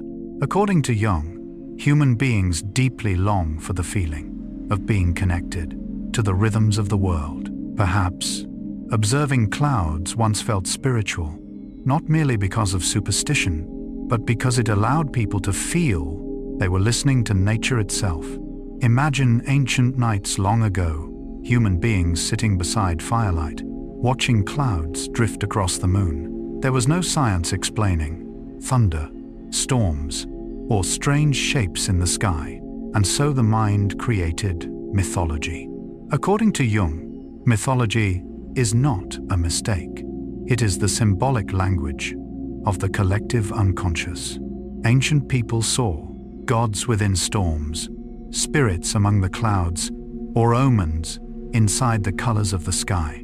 Perhaps that is why stories about heaven and clouds appear in almost every culture, because the sky has always existed there, above us, vast, mysterious, and beyond human control.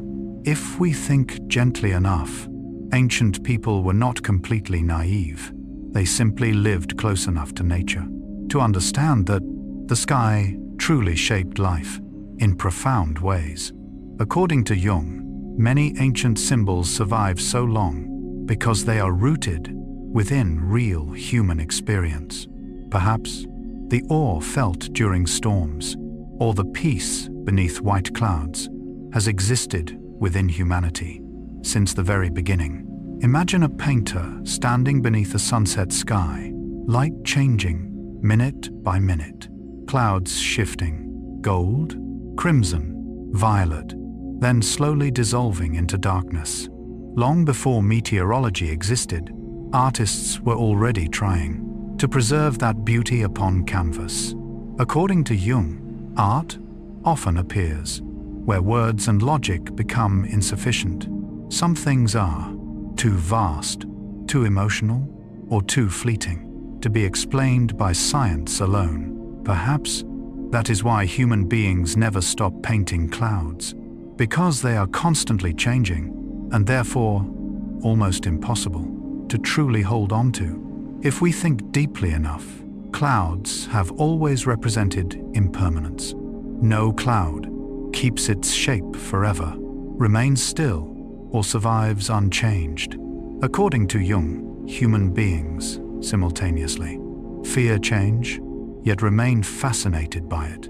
Perhaps that is why watching clouds drift often feels emotional, because somewhere within the unconscious, we see time itself passing before our eyes. Imagine a modern pilot flying through clouds. To them, clouds are not only beautiful, they are also turbulence, air currents, ice formation, and enormous atmospheric systems that must be understood carefully. According to Jung, every age interprets nature differently. Ancient people saw gods. Scientists see physics. Pilots see flight conditions. Artists see light. But interestingly, none of these perspectives completely erase the others. Perhaps human beings do not only want to explain the world, we also want to feel connected to it. If we think long enough, even today, after science has explained condensation, pressure systems, electrical charge, and cloud structure, human beings still continue to lie in fields watching clouds, photograph sunsets, and feel strangely moved by the sky. According to Jung, certain symbols within nature run too deeply to ever be fully replaced by logic. Clouds are one of them, because they are simultaneously science, art, memory, and dream. Imagine a quiet afternoon, cumulus clouds drifting across blue skies. You understand, warm air rising upward, water vapor condensing, light scattering through tiny droplets. Yet strangely, understanding the science does not make the beauty disappear. According to Jung, the deepest truths about the world do not come from choosing between logic or emotion, but from allowing both to exist together. Perhaps that is why the sky always feels timeless, because it is simultaneously measurable and mystical. if we think gently enough, every generation of humanity has looked upward at the same sky.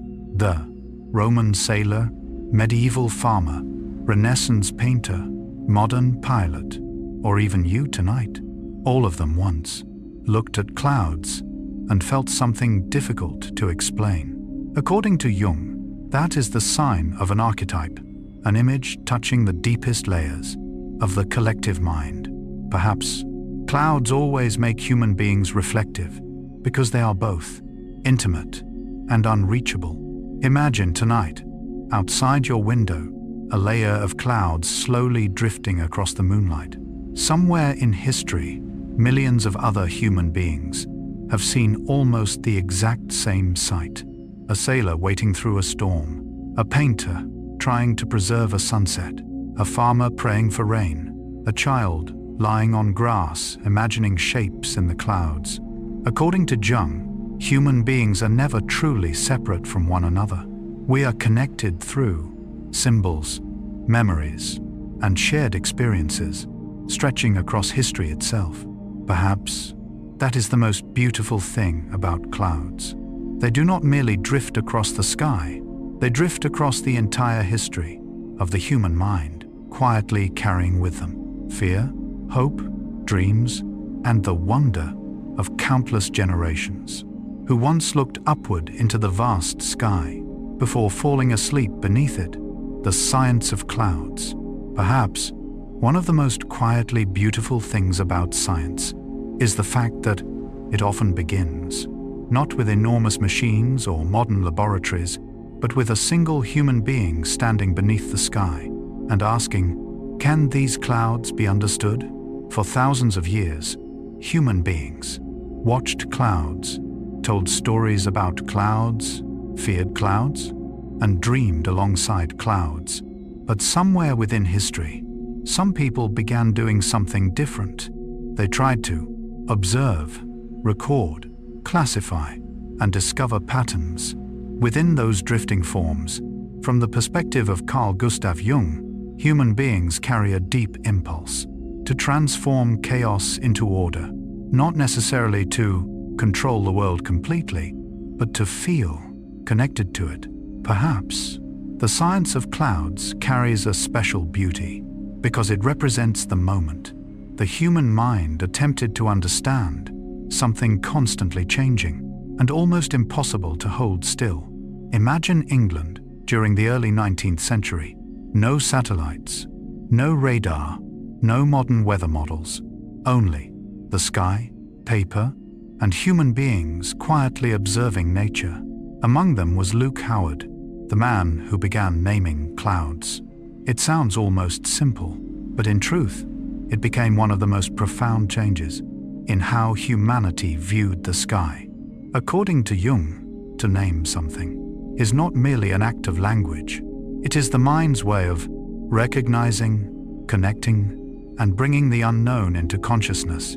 Perhaps the moment humanity named clouds was also the moment the sky became more intimate to the human mind. If we think deeply enough, before Luke Howard, clouds were simply shapes in the sky, vague, changing, difficult to define.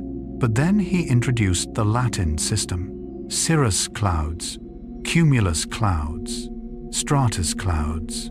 Suddenly, those drifting forms possessed names, structure, and places within human understanding.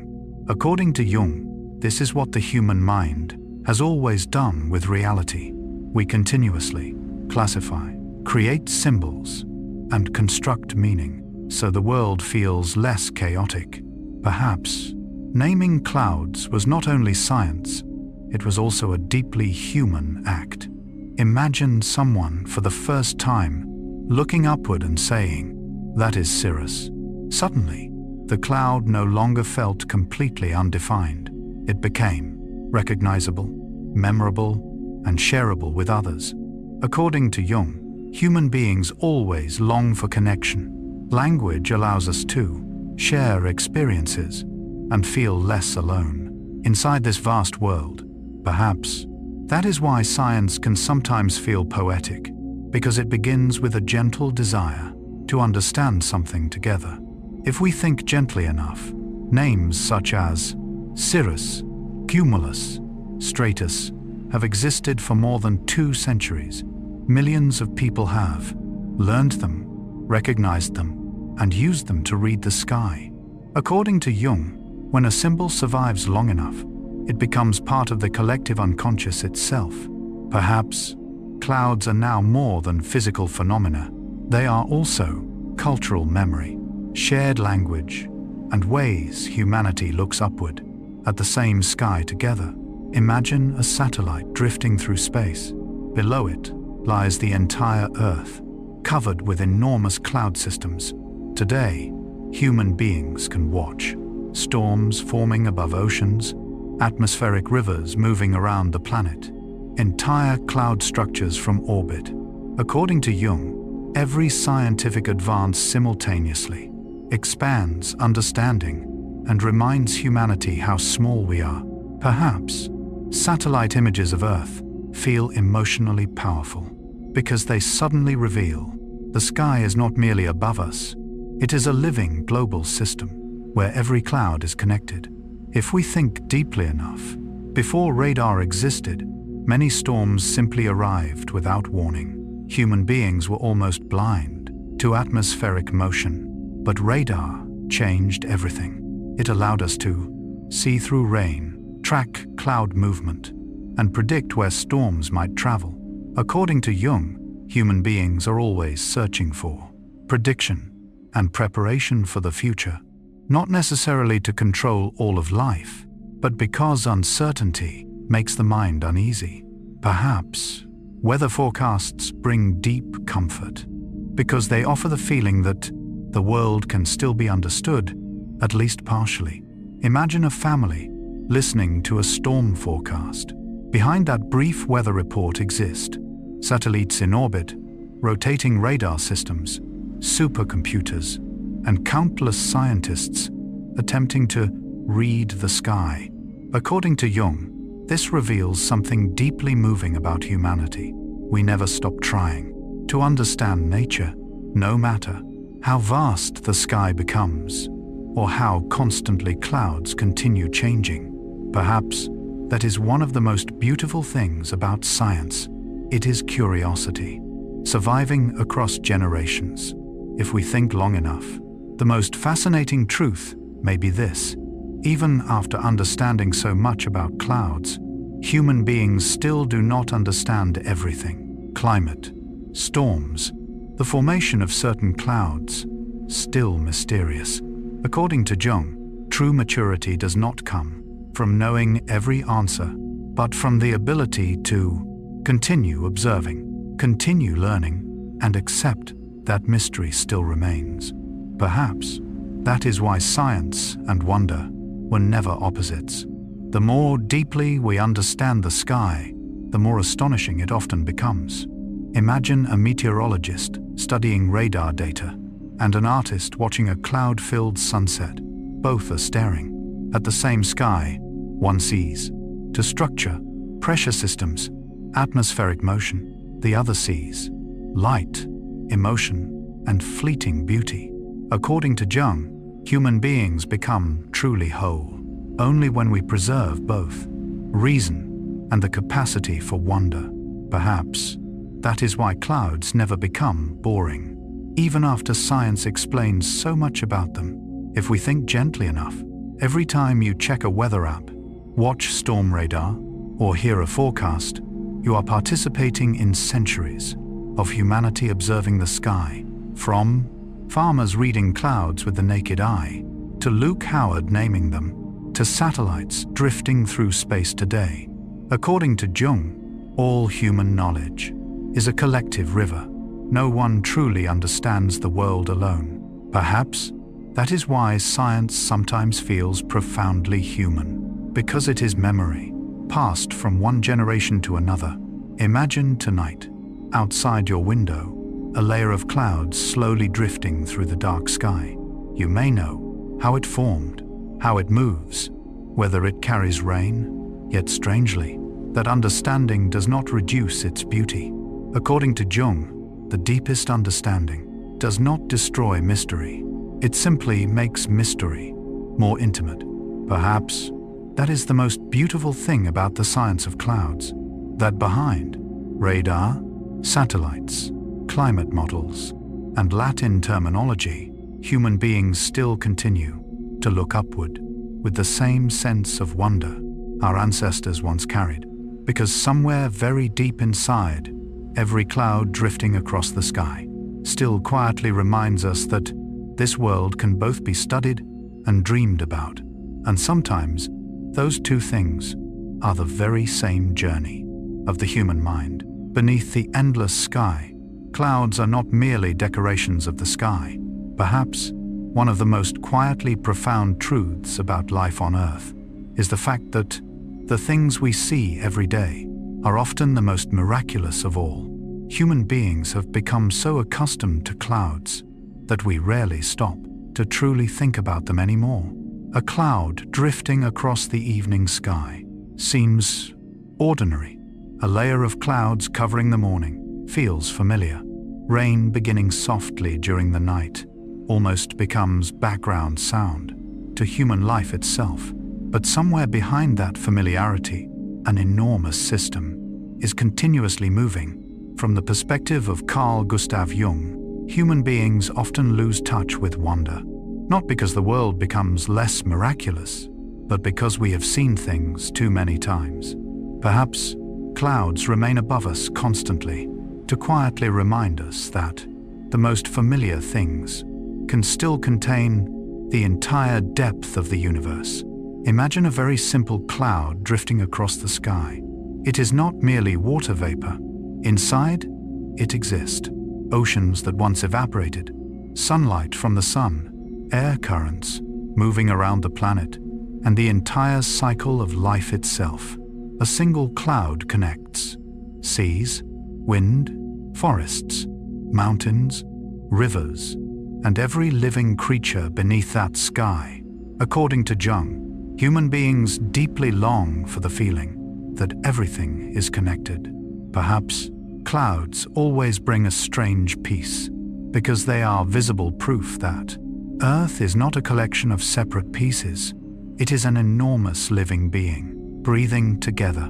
If we think deeply enough, a single droplet within a cloud may once have rested inside an ocean, traveled through the body of a tree, become snow upon a mountain, or flowed through an ancient river thousands of years ago. Nothing truly remains still. According to Jung, the human mind also moves continuously in this way. Memories dissolve, return, transform, then appear again in new forms. Perhaps that is the reason watching clouds drift often feels melancholic, because somewhere within the unconscious, we recognize that everything is passing away, yet simultaneously, everything is also returning in another form. Imagine seeing Earth from space, the entire planet covered with white bands of clouds, swirling storms, and atmospheric systems constantly moving. No part of it truly stands still. According to Jung, human beings often imagine they live within a stable world, but in truth, everything around us is always moving, adapting, and recreating itself. Perhaps clouds move us emotionally because they visibly reveal that life is never motionless. If we think gently enough, a small cloud in today's sky may eventually become rain nourishing a forest, snow upon a mountain peak, or drinking water in a distant city. According to Jung, no experience in life is truly isolated. Every action, every memory, every emotion eventually affects something else. Perhaps the cycle of clouds quietly reflects the way human beings are connected to one another. Imagine distant worlds beyond Earth. Venus with sulfuric acid clouds, Jupiter with enormous storms, Titan with methane rain and hydrocarbon rivers, and somewhere far away, worlds that may contain metallic clouds or clouds of molten rock. According to Jung, human beings instinctively feel shaken when realizing that a familiar phenomenon from Earth exists throughout the universe in many different forms. Perhaps that is why the idea of clouds upon alien worlds always feels poetic, because it reminds us that the universe is larger than every boundary humanity once imagined. If we think deeply enough, clouds are ultimately not only water in the sky, they are the result of matter, energy, heat, motion, and time interacting together. According to Jung, the human mind is formed in much the same way. We are not merely memories or isolated emotions. We are entire networks of experiences, constantly moving within ourselves. Perhaps that is why nature often feels strangely intimate, because it reflects the very structure of consciousness itself. Imagine a cloudy afternoon, light filtered softly through the sky, the air cooler, wind moving gently through the trees. Suddenly, everything feels slower. According to Jung, human beings are only truly peaceful when they feel they belong to something larger than themselves. Perhaps watching clouds calms the mind, because it reminds us that we are still part of nature, even though modern life often makes us forget it. If we think long enough, the most miraculous thing about clouds may be the fact that they are simultaneously delicate, temporary, yet vital to life itself. Without clouds, Earth would become hotter, drier, and completely different. According to Jung, many things that keep human beings spiritually alive are just as fragile: hope, gentleness, memory, and the feeling of connection with others. Perhaps nature is always trying to teach us that strength does not always belong to hard things. Sometimes the softest things of all are what keep the entire world balanced. Imagine countless generations throughout history. All of them once watched clouds before rain arrived, saw sunset light reflected upon cirrus clouds, heard thunder rolling through the night, or simply lay still watching the sky drift overhead. According to Jung, certain images become archetypes because they are shared by countless minds across thousands of years. Perhaps clouds are among humanity's oldest symbols, symbols of change, time, and the connection between human beings and the cosmos.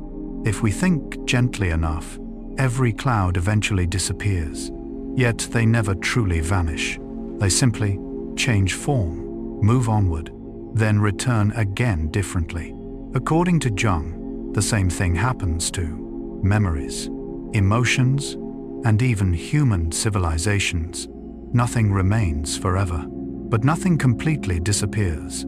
Perhaps that is why the sky always feels both beautiful and slightly sad, because it continuously reminds us that impermanence and continuation exist together within everything. Imagine tonight, outside your window, a layer of cloud slowly drifting across the moonlight. You may think they are only clouds, but somewhere very deep, those clouds are reflecting distant sunlight, carrying water once held within oceans, influencing the planet's temperature, and participating in the enormous living system called Earth. According to Jung, human beings often search for meaning in places very far away, yet sometimes the most profound things have existed above our heads since the very beginning. Perhaps that is the final quiet lesson clouds wish to leave behind, that this world was never truly lifeless or still. It is always breathing, moving, renewing itself, and quietly connecting everything together through water, light, wind, time, and clouds endlessly drifting through the night sky. And perhaps, within that endless movement, human beings finally feel that they are not alone beneath this vast universe. Clouds in the human mind. One of the most quietly mysterious things about human beings is the fact that we almost never see clouds as merely clouds. When looking upward into the sky, the human mind immediately begins to search for shapes, connect memories, and create meaning. From drifting masses of vapor overhead, a child may see a dragon, a rabbit, or a smiling face. An adult may suddenly see childhood memories, a distant place once visited, or a sadness impossible to explain. Clouds almost become a screen upon which the human mind projects itself into the sky. From the perspective of Carl Gustav Jung, this is not accidental. Human beings instinctively search for symbols, faces, and meaning, even within chaos itself. Perhaps that is why looking at clouds always feels strangely intimate, because somewhere very deep, we are not only looking at the sky, we are looking into our own minds. Imagine a summer afternoon, a child lying in grass, watching cumulus clouds drifting slowly through a blue sky. Nobody teaches the child to imagine, yet the brain automatically connects shapes, searches for eyes, and creates animals and faces within the clouds. According to Jung, the human mind is built to recognize patterns. For thousands of years of evolution, the ability to notice faces, movement, or familiar shapes helped humanity survive. But eventually, that ability became something deeper. It transformed the world into a place filled with symbols. Perhaps that is why clouds always feel alive, not because they truly possess fixed forms, but because our minds continuously create meaning within them. If we think deeply enough, clouds never remain still. They dissolve, merge together, change shape, and vanish, almost the moment we recognize them. According to Jung, this is also the nature of the human unconscious. Our emotions, memories, dreams, and thoughts rarely keep the same form for long. They continuously shift beneath consciousness. Perhaps that is why watching drifting clouds often feels emotional, because somewhere within the unconscious, we recognize the fragility of our own minds within them. Imagine someone sitting alone beneath a cloudy sky. They do not merely see vapor, they see time passing, memories moving farther away, or the feeling that nothing can truly be held forever.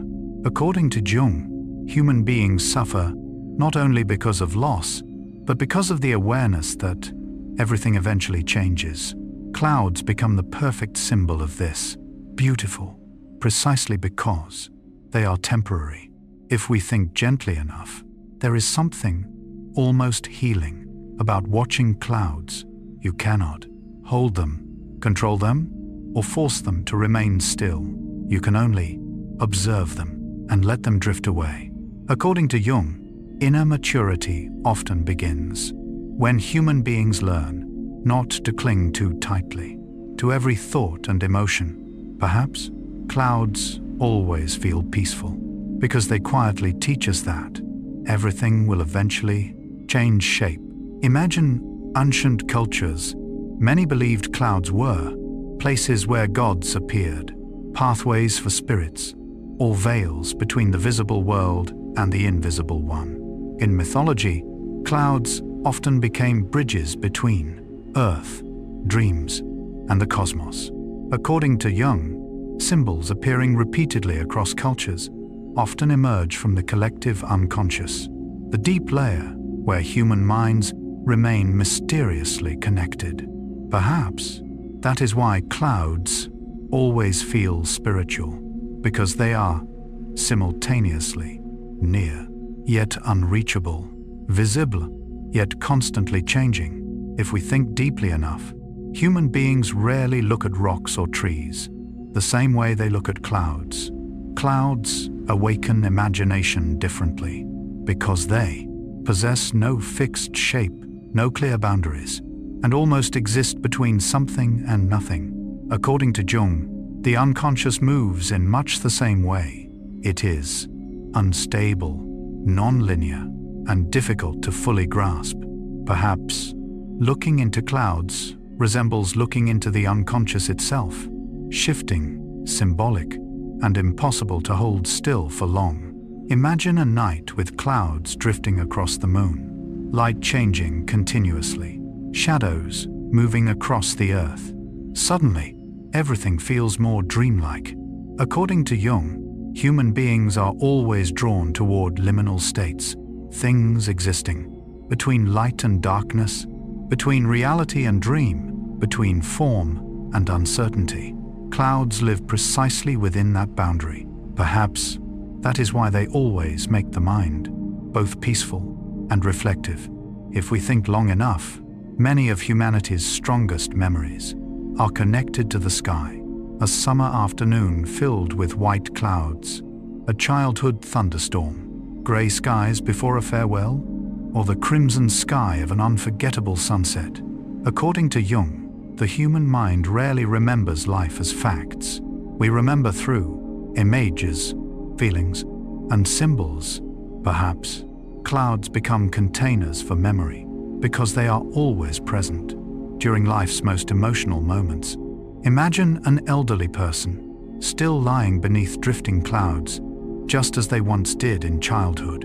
According to Jung, some images within nature never lose their power to touch the human soul. Clouds are one of them, because even while science changes, cities grow, and the modern world expands, the human mind still preserves its ability to see dreams within the sky.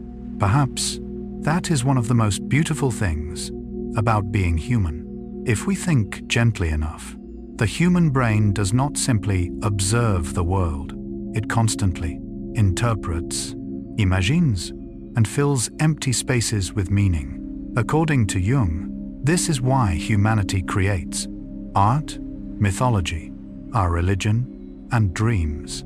Perhaps clouds have always been the perfect canvas for the mind, because they never tell us exactly what they are. They leave imagination to complete the rest. Imagine tonight, outside your window, a layer of clouds slowly drifting across the dark sky. You may see a face, a memory, or simply the feeling that something is quietly passing away. According to Jung, human beings look outward into the world, while simultaneously looking inward into themselves. Perhaps that is the deepest truth about clouds, that they do not only exist in the sky, they also exist inside memory, dreams, and the collective unconscious of humanity itself. Because whenever human beings look upward at clouds, we are not only seeing vapor, light, or weather, we are also seeing the fear of change, the longing to preserve beautiful things, memories drifting through time, and the never-still current of the human mind itself. Just like clouds, always changing, never truly still, yet somewhere very deep beneath all movement, invisible patterns quietly hold everything together, just as the unconscious silently shapes the human soul beneath this endlessly drifting sky. The sky never stops moving. Perhaps one of the most quietly moving truths about the sky is the fact that no cloud lasts forever. They appear, drift through light, change shape, then slowly dissolve into air. A cloud from this afternoon will not remain tomorrow. A thunderstorm from last night has already faded into the atmosphere before dawn arrived, and yet the sky is never truly empty, because although individual clouds disappear, the cycles of water, of atmosphere, and of this planet itself continue quietly, without end. From the perspective of Carl Gustav Jung, human beings often suffer because of change, since we instinctively want to hold on to things forever. But nature continuously reminds us, everything beautiful moves. Perhaps that is why clouds always feel both peaceful and melancholic, because they are visible images of impermanence itself. Imagine a cloud drifting across an ocean. It began as vapor rising beneath sunlight, then carried by winds across thousands of kilometers. Perhaps it passed above forests, cast shadows upon mountains, crossed cities glowing at night, then eventually dissolved into rain somewhere very far away. According to Jung, everything in human life also moves through invisible cycles like this. A small thought may become memory, influence a decision, then silently change an entire life. Perhaps clouds always make the mind reflective because they quietly mirror the way life itself moves. If we think deeply enough, the water inside a cloud today may once have rested within an ancient ocean, become snow upon a mountain thousands of years ago, or flowed through the hands of countless generations. Nothing truly disappears. It simply changes form, continues moving, and carries on its journey differently. According to Jung, the human unconscious behaves similarly. Our emotions, memories, and experiences rarely vanish completely. Instead, they sink beneath awareness, transform themselves, then return within. Dreams, intuition, or feelings impossible to explain. Perhaps that is why watching clouds drift often feels strangely personal, because somewhere very deep, we realize we too are drifting through time. In the same way, imagine the skies thousands of years ago. Clouds once passed above ancient Rome, Viking ships crossing cold seas, deserts traveled by nomads, and fields where the first humans planted seeds. And today, those same cycles continue. According to Jung, human beings often imagine themselves separate from history and nature, but in truth, we have always existed inside the same greater current. Perhaps clouds feel timeless because they quietly connect every era together. If we think gently enough, every generation of humanity has once lain beneath clouds, listened to rain during the night, or watched moonlight blurred behind drifting layers of vapor. A child in ancient times, a sailor upon the sea, an elderly person beside a window, and perhaps you as well, tonight. According to Jung, certain experiences become archetypes because they are shared across countless minds for thousands of years. Perhaps a cloud-filled sky is among humanity's oldest collective memories. Imagine night descending very slowly, the city becoming quieter, lights softened beneath thin clouds, high-altitude winds continuing invisibly overhead. The entire planet seems to slow down, breathe more deeply, and prepare itself for sleep. According to Jung, human beings are only truly peaceful when they feel they belong to a rhythm greater than themselves. Perhaps that is why rain and cloudy night skies often calm the mind, because they return us to the ancient breathing rhythm of Earth itself. If we think deeply enough, clouds never remain still.